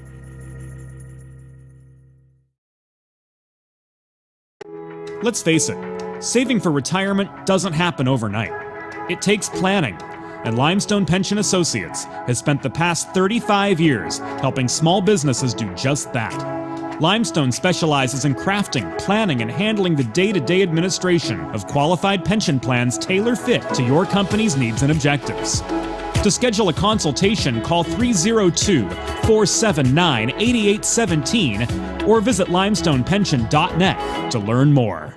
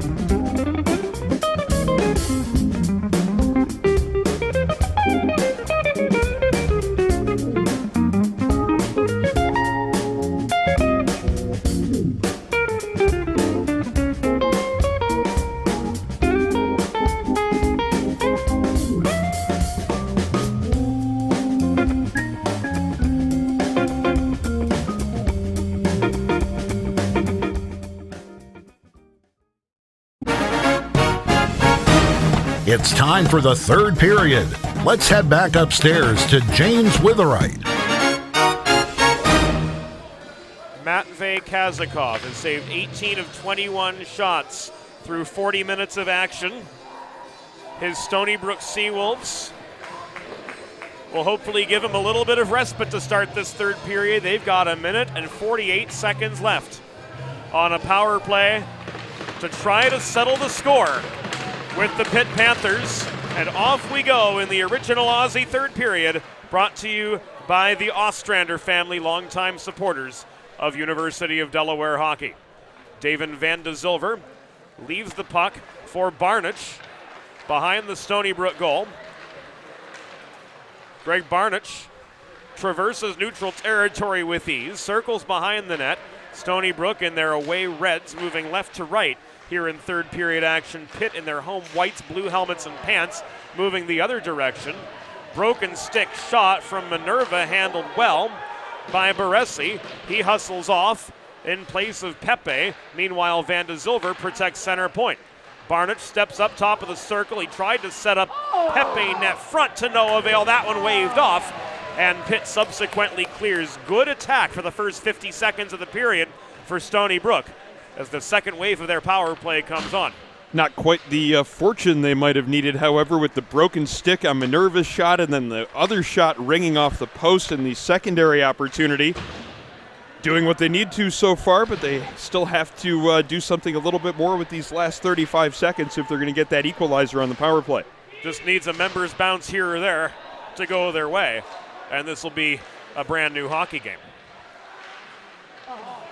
Pepe tried to set up a cross-slot feed, but it was intercepted by Matt Miller. The former Avon Grove Red Devil clears this behind the Stony Brook goal, where DiStefano puts on the brakes. Pepe had the choice there to shoot or pass in the original offering. He kind of hesitated, then decided to make the pass. I think if he wanted to do it all over again, he would have taken that shot initially. Here DiStefano lost the zone 2-on-2 counterattack for Pitt. Virag drop pass to Pezo, hard shot, rang off the back glass behind Kazakov. And here comes Zerilli back the other direction, but he was outmanned by a pair of Panthers in neutral territory and forced to dump the puck in as Pitt returns to full strength, and we've just passed the 2-minute mark of the third period. Tenuous one-goal lead for the top-ranked Pitt Panthers as Minerva digs the puck away from the reach of Rip, but gives it away just as quickly. That being said, Pezo's clearing attempt farther up the far boards was blocked out.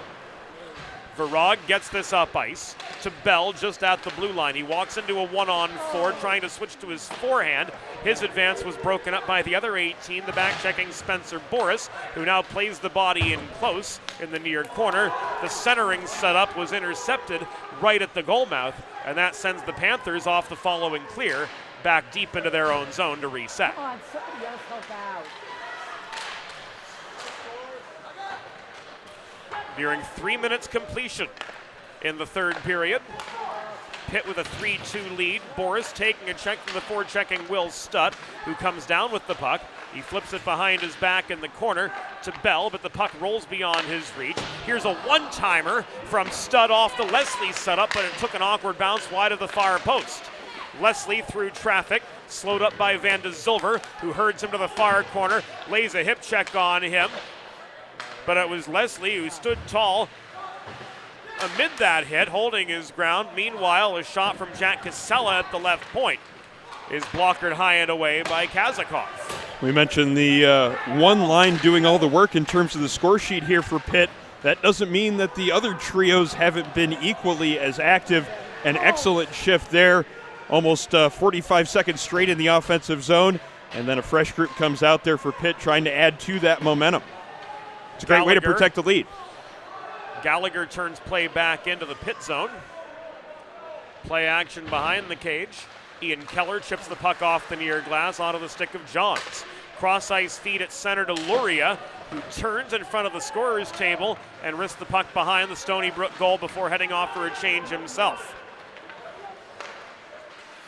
Gallagher the other way. To Fess. Pepe in front of us.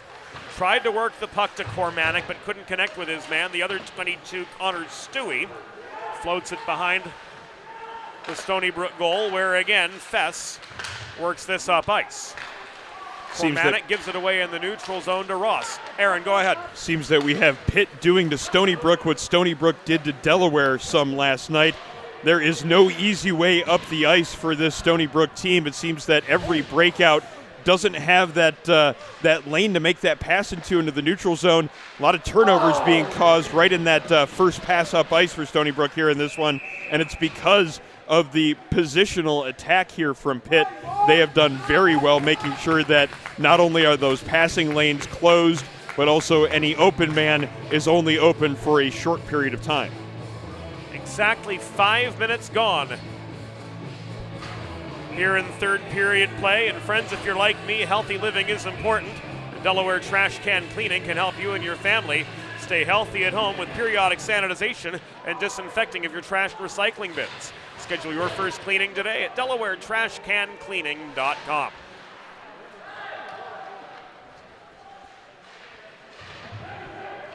Orban backhands the puck out of his zone. Icing waved off as Dominic Molfetto recovers in the near corner of the Stony Brook end. This is volleyed back by Miller from just above his blue line. Van de Zilver recovers.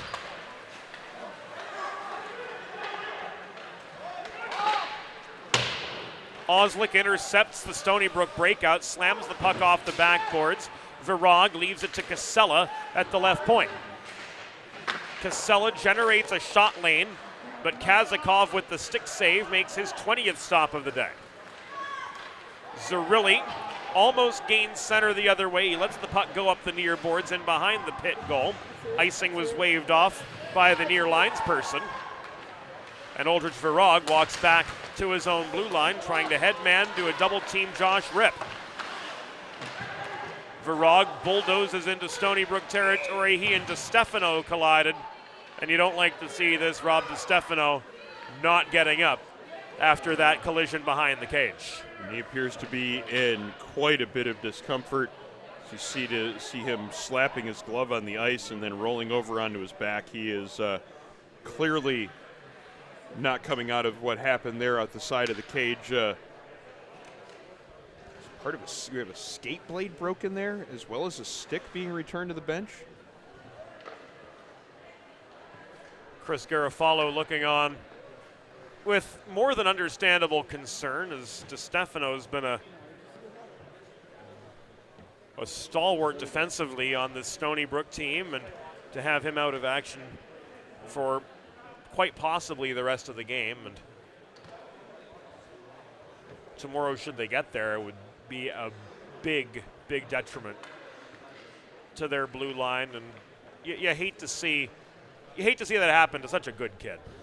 And again, that's another thing that we've seen so far. That's the second time we've seen a Stony Brook defenseman slow to get back to his skates here in this two-game set that they've played so far this weekend. The other Yesterday being Andrew Mancini. Yeah, Andrew Mancini took a while to get up after taking a hit at the other end of the ice in last night's game. He did return to last night's game, but not in the lineup here today.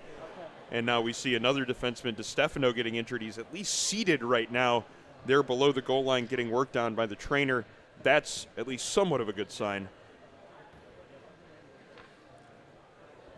We always like to report good news whenever possible, and the fact that DeStefano's up in a seated position certainly fits that bill. Meanwhile, Stu Rolnick and his crew using the opportunity to solidify some strategies with the Panthers as now DiStefano is helped up to his feet. Going to need help getting off, however, so As a result of, I think what you said, broken skate blade. Yep, we can see that there's no steel in the left boot. yeah, so whatever there's an injury plus the equipment issue combining here. Hopefully the injury part is just the smaller portion of it, and we can get the equipment taken care of and he can get back into the action. 13:42 to go in third period play here from the Revolution Ice Center. And there is a new gold standard for digital media solutions for small businesses. 412 Communications offers web and graphic design, social media consultation, public relations, writing and editing services, multimedia solutions like the broadcast you're watching right now, and more. Visit 412communications.com to learn how they can help your brand build bridges with the people you serve. Hard shot off the draw into the glass. Oslick rolls the puck behind the cage. It's picked up by David Van de Zilver. Barnich finds Galinski up ice, 2-on-2. Galinski with Minerva, drop pass and a shot from the top of the left circle, steered wide by Baresi. The follow-up was off its target. Minerva comes down with the rebound. Dominic Molfetto couldn't get through from distance as Baresi comes up with another save. No surprise to see Minerva active on that shift after a little bit of a break. He's out there involved in the offensive side of things, getting that shot on goal there late. Now about to take the faceoff. He's got 2 points already here in this game, a goal and an assist. 2 assists last night, part of a hot streak of play that he's been on. His team might need him to get another one here if they're going to draw even. Minerva off the headman pass right down the train tracks looking for his second. Wrist of the puck wide of the post, and that enables Pitt to come down with the rebound and march back down ice. Luria tied up by Van de Zilver in the near corner. Van de Zilver's stick was lifted. He was corkscrewed down. Meanwhile, Bandy held the point. D-to-D feed led to a Danny Larkin shot, which was wide. Larkin again from the right point. Throws the puck off the near corner boards. This bounces past Johns. He can't muscle his way in toward the cage. Another corner scrum develops. And Greg Barnich emerges with the puck. He accelerates through neutral ice into a one-on-one, but his stick is lifted in close by the back-checking Nick Bandy. He flips the puck nearly to the Stony Brook goal line, where McDermott, in tandem with Brendan Fess, turn play back the other direction.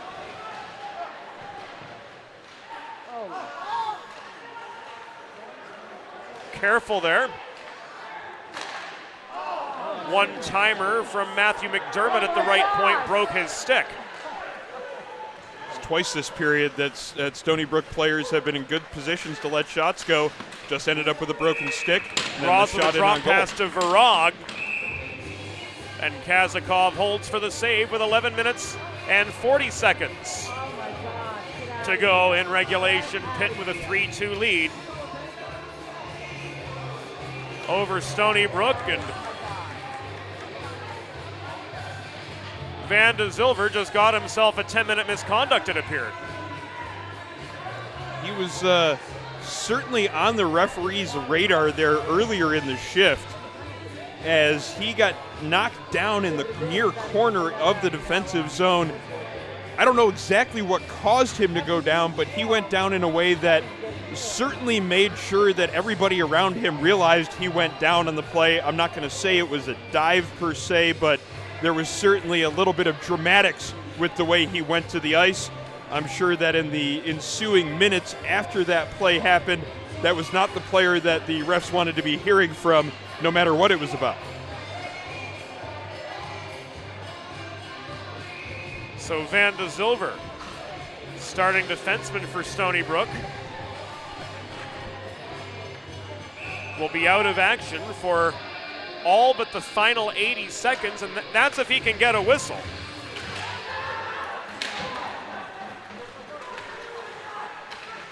Stony Brook penalty assessed to number 14, David Van de Zilver, a 10-minute misconduct. Time of the penalty, 8 minutes, 20 seconds in the third period.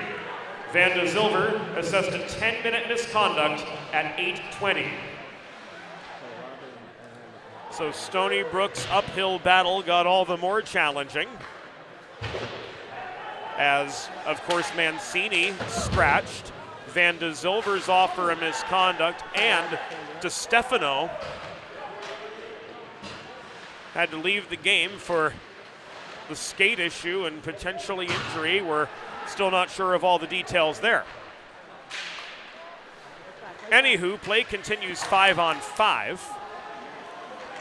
as McDermott launches the puck back into Pitt territory. Casella worked it across to Oslick, who's guilty of an icing, with 10 minutes and 35 seconds to go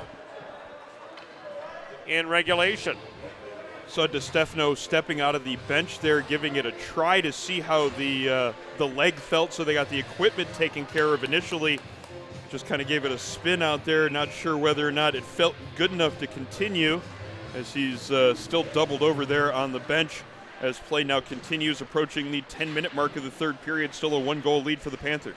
Looks like a member of Stony Brook's staff fetched a bag of ice for him to try to account for whatever the lower body injury might have been.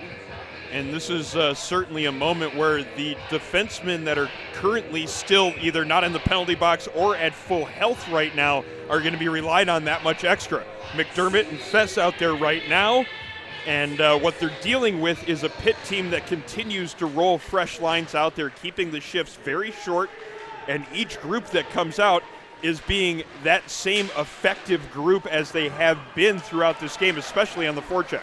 Fast break for Rotolo, hard shot, stick checked offline by McDermott. Puck rolls to the near half wall. Dida brings it down just inside his line, but gives it away to Bell, who puts on the brakes in the neutral zone, and Pitt will regroup. Barely getting back to the line was Leslie to enable Stutt's entry to be good, but Will Stutt was double teamed and angled to the near wall. Puck comes back to center. Casella lofts it deep into Stony Brook territory, where Molfetto plays it up the far side of Barnich, now to Zerilli off a cross-ice neutral zone feed. Eddie Pezzo back the other direction. Finds Rip looking for his second goal of the game. He absorbs a check in the corner from Gallagher. Barnich's stick lifted. Rip again. Net front set up. The backhand from Pezzo didn't connect. Pezzo with a goal.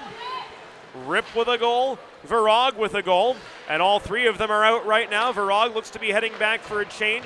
Again, short shifts. The rule of the day here for the final 8 minutes and 55 seconds for Stu Rolnick's Pitt Panthers, looking to protect a 3-2 lead. That group didn't really generate a scoring opportunity there, but plenty of good-looking hockey there in the offensive zone.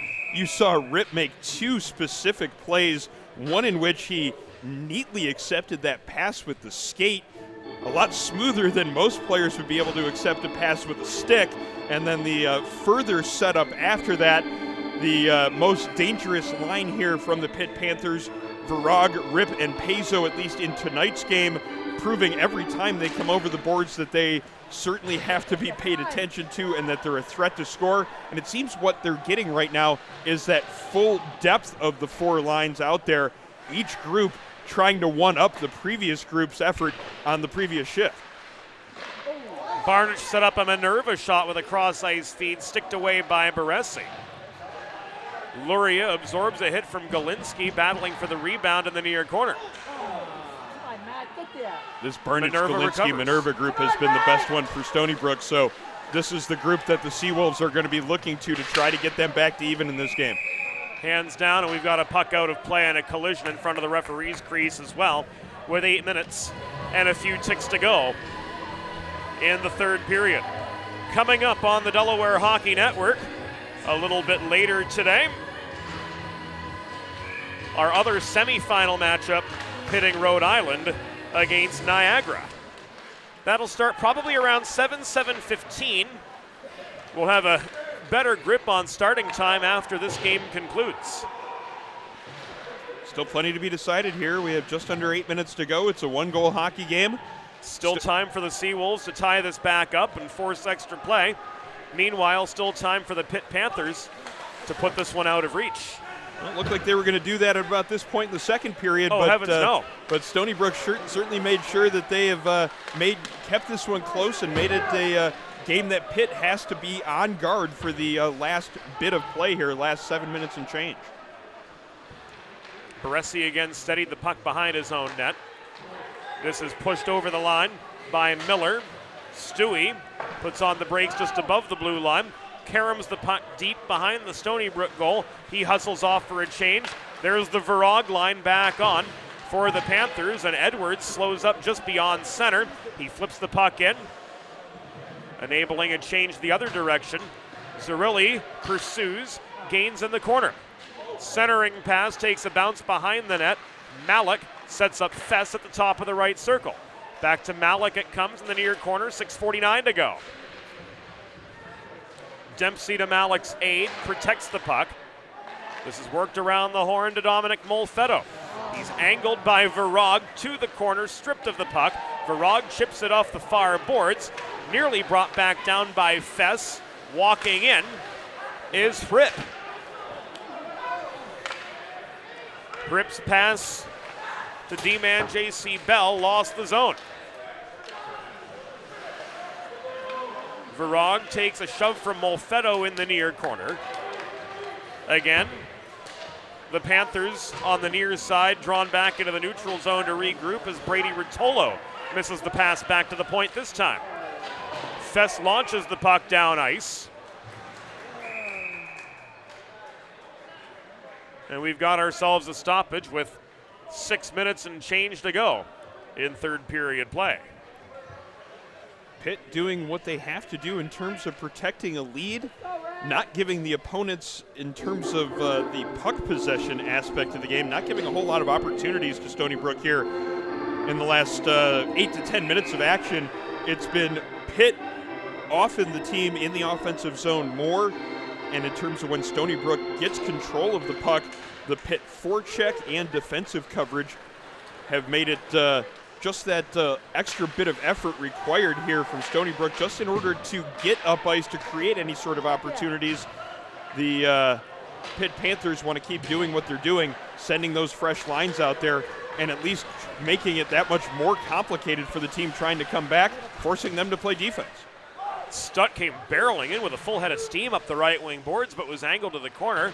He couldn't connect with Leslie behind the cage cleanly for the puck, and now it's brought by Gallagher back the other way. Solid back-checking pressure from Stony Brook, keeping Pitt to the perimeter, but crashing the net here was Bell, denied by Kazakov on the breakaway.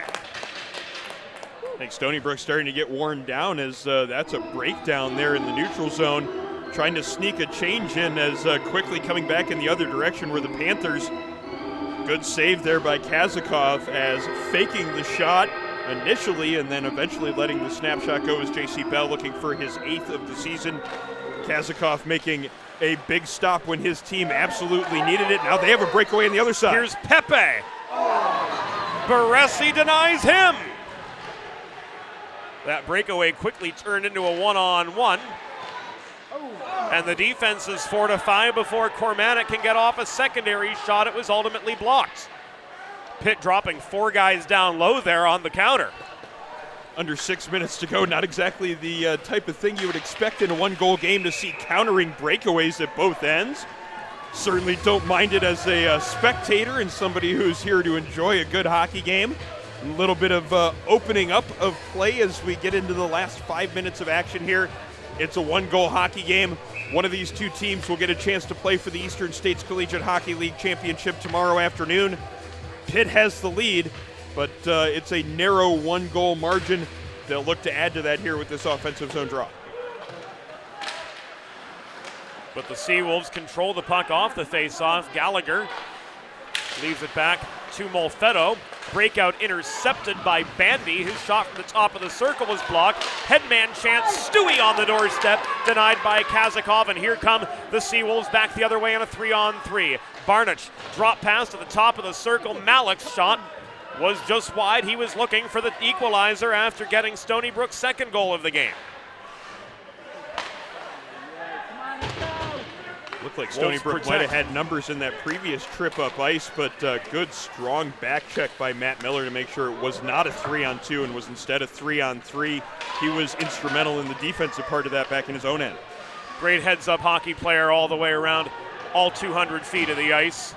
Solid effort from him like we've seen, like I remember seeing in his high school days as well. He's just only gotten faster and stronger since then. Here an Edward Pezos shot was popped up into the atmosphere by Kazakov. Pepe couldn't bring the puck back cleanly. It was on the stick of Rip behind the cage. Net front set up to Virag, caught and held by Matvey Kazakov for another pause in action with 3 minutes and 37 seconds to go. And this line just continues to generate opportunity after opportunity. They are relentless, Aaron. It seems like any time they come over the board, Stony Brook almost has to feel like they're killing a penalty just by how much offensive zone time they've been able to generate and how many chances they've created in the offensive zone. That's what's really making this comeback that much more difficult for Stony Brook. All of the Pitt lines are firing in that way, even though it's just this one line that has all three of the goals. The pressure in the offensive zone is coming in that same manner from each group that comes over the board. And this will be an icing.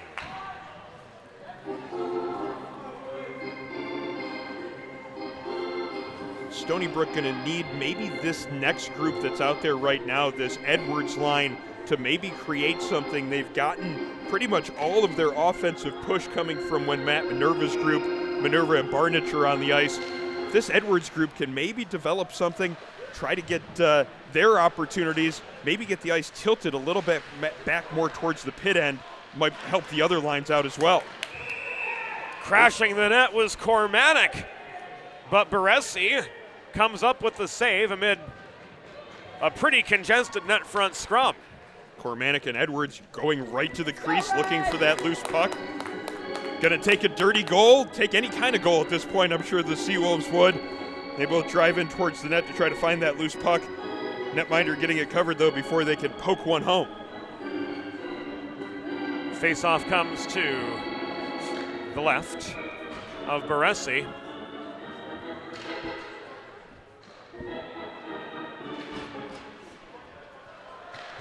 False start in the face-off there, catching the organist just a little off guard, but he kept up with it nicely. He does all right. Fair. Centering pass to Leslie the other way. Just a beat off.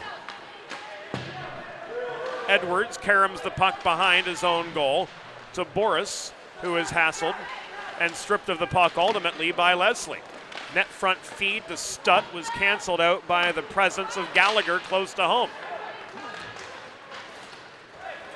Cormanek works the puck up ice. Ow. Pepe's body down in front of the Pitt bench. The Panthers trying to change around him. We're down to the final 2:20 as this puck battle prolongs. Virag holding his territory, and that enables Casella to work the puck near side to Oslick. Lots more space avails. The attacking Panthers on the near side, 2:05 to go in regulation. And as much time as Pitt has spent in the attacking zone, I would imagine Chris Garofalo is incredibly hard-pressed to find a window to get Kazakov off the ice in exchange for an extra attacker. It might take another minute before he'd feel comfortable doing it, especially with this line out there for Pitt. Kazakov trying to get that played quickly. Got the whistle instead, however. Rip let one rip from the top of the right circle. Kazakov with the glove save. 104 seconds to go, potentially in Stony Brook's season, as the Panthers just keep driving hard into the Seawolves zone. Seawolves getting their top line out here. Barnich and Minerva have been a big part of what they've been able to do offensively tonight. Pitt, though, winning the draw and getting a shot in on goal. Save made by Kazakov. Still a minute 41 remaining. There's now 32 shots on goal from the Pitt Panthers. They continue to stack up the shots here in this game, despite the fact that they are in a position where they're protecting a lead. It's easier to protect that lead when you're 200 feet away from your own net. Absolutely. Puck trapped in the near corner, trying to muscle out of traffic is Keller. He's hassled by McDermott in the far corner now. Going to be a puck possession cycle display here. It's like in women's basketball, whenever the team up by about 8 points with no shot clock just passes the puck and keeps it moving. 1 minute remaining in the period. 1 minute. The hockey equivalent of the four corners offense, a lot more difficult to pull off, but maybe a break here. Barnett shot, follow up from Minerva. Held on to by Baresi. Would never have expected that chance to develop for the Stony Brook Seawolves, but it was there, and it was Minerva with the chance from the mid-slot. Baresi, though, getting the stop yet again. He has made all of the big saves here in this game. In this case, it's Minerva that he robs to keep this one a 3-2 lead. Stony Brook takes the timeout to make sure that this top unit of theirs is well rested enough for the remainder here of this game. And we'll take this moment to provide a public service message to our community and tell you of a nationwide service for mental health crisis and referral aid. From anywhere in America, anyone can simply dial 988 to be connected to helpful resources and a trained crisis counselor. If you would like more information, visit fcc.gov/988. Chris Garofalo drafting the play in the sand, if you will, with 51 seconds to go in this semifinal matchup. There's more season ahead for Pitt regardless of the result as they're headed to the ACHA National Championships in Boston. But for the Stony Brook Seawolves, this is it. Yeah, that's the scenario that we came into this weekend with. For Pitt and Niagara, the 2 seed, there was more hockey after this weekend no matter what happened. They're both going to the national championships. Stony Brook, though, much like everybody else that was here in this tournament, it was win or go home. They have 51 seconds to come up with an equalizer here, and a little bit of confusion as to whether or not they wanted the netminder out of the goal. He is out of the net, and they have 6 attackers out there. And here we go with the final countdown of this semifinal. 46 seconds remaining. Kazakov is on the bench in exchange for an extra attacker. Barnich's stick was lifted in the far corner. He had some help from Van de Zilver to protect. Pepe now working the corner to Cormanic. He tries to work the puck beyond the reach of J.C. Bell. It's taken away by Rotolo. He can't clear. This is blocked down by a high stick, it said. Well, that's going to make it a little bit more complicated for Stony Brook, as the high stick infraction will result in a face-off that is going to come back out here into the neutral zone. As a result, the netminder has to go back into the crease. Kazakov actually not in the crease at the hash marks, ready to go back to the bench, hoping his team wins control of the face-off quickly. Just 23.6 seconds to go here in this one. Stony Brook's going to have to be quick. Extra attacker is on again. A quick shot and another hold by Baresi. 8 seconds gone, though, there in that exchange to get it from the neutral zone face-off to a face-off in the far dot of the Pitt zone. Stony Brook's going to have to find possession, do it quickly, and then get something set up to get a scoring opportunity in these last 14 seconds.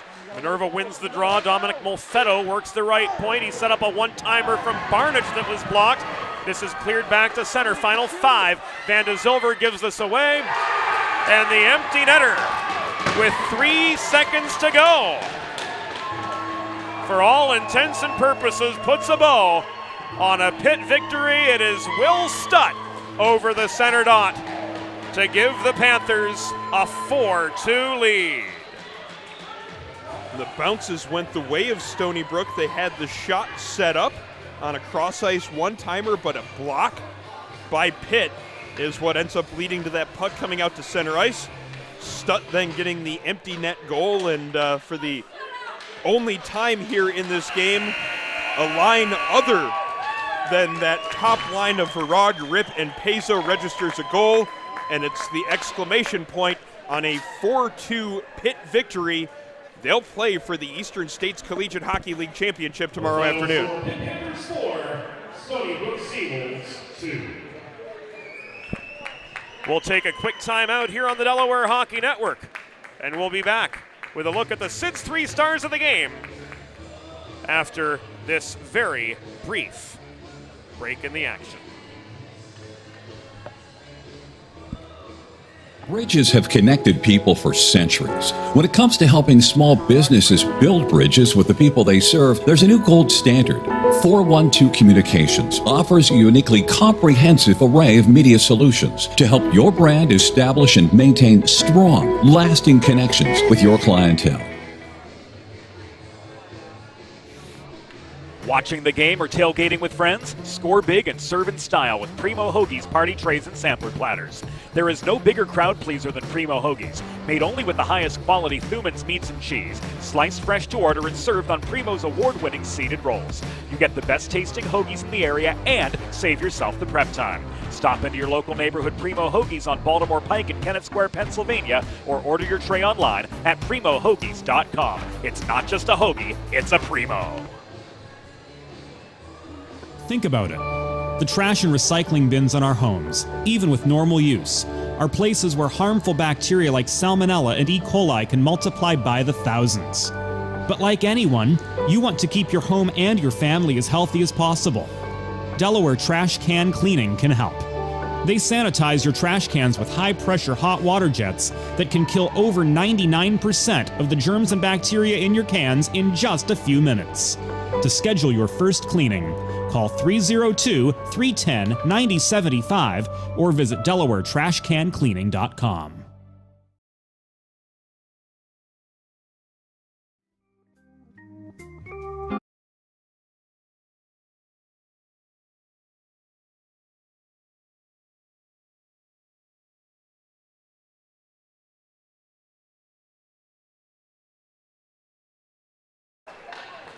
Today's second star with a goal and an assist for Pitt, number 11, Josh Rip. And the number 1 star of the game with a goal and 2 assists for the University of Pittsburgh Panthers, number 43, Aldrich Virag. Pitt will return to Revolution Ice Center tomorrow to take on the winner of today's second semifinal matchup, which will pit Rhode Island and Niagara against each other in roughly 45 minutes time. So the stage set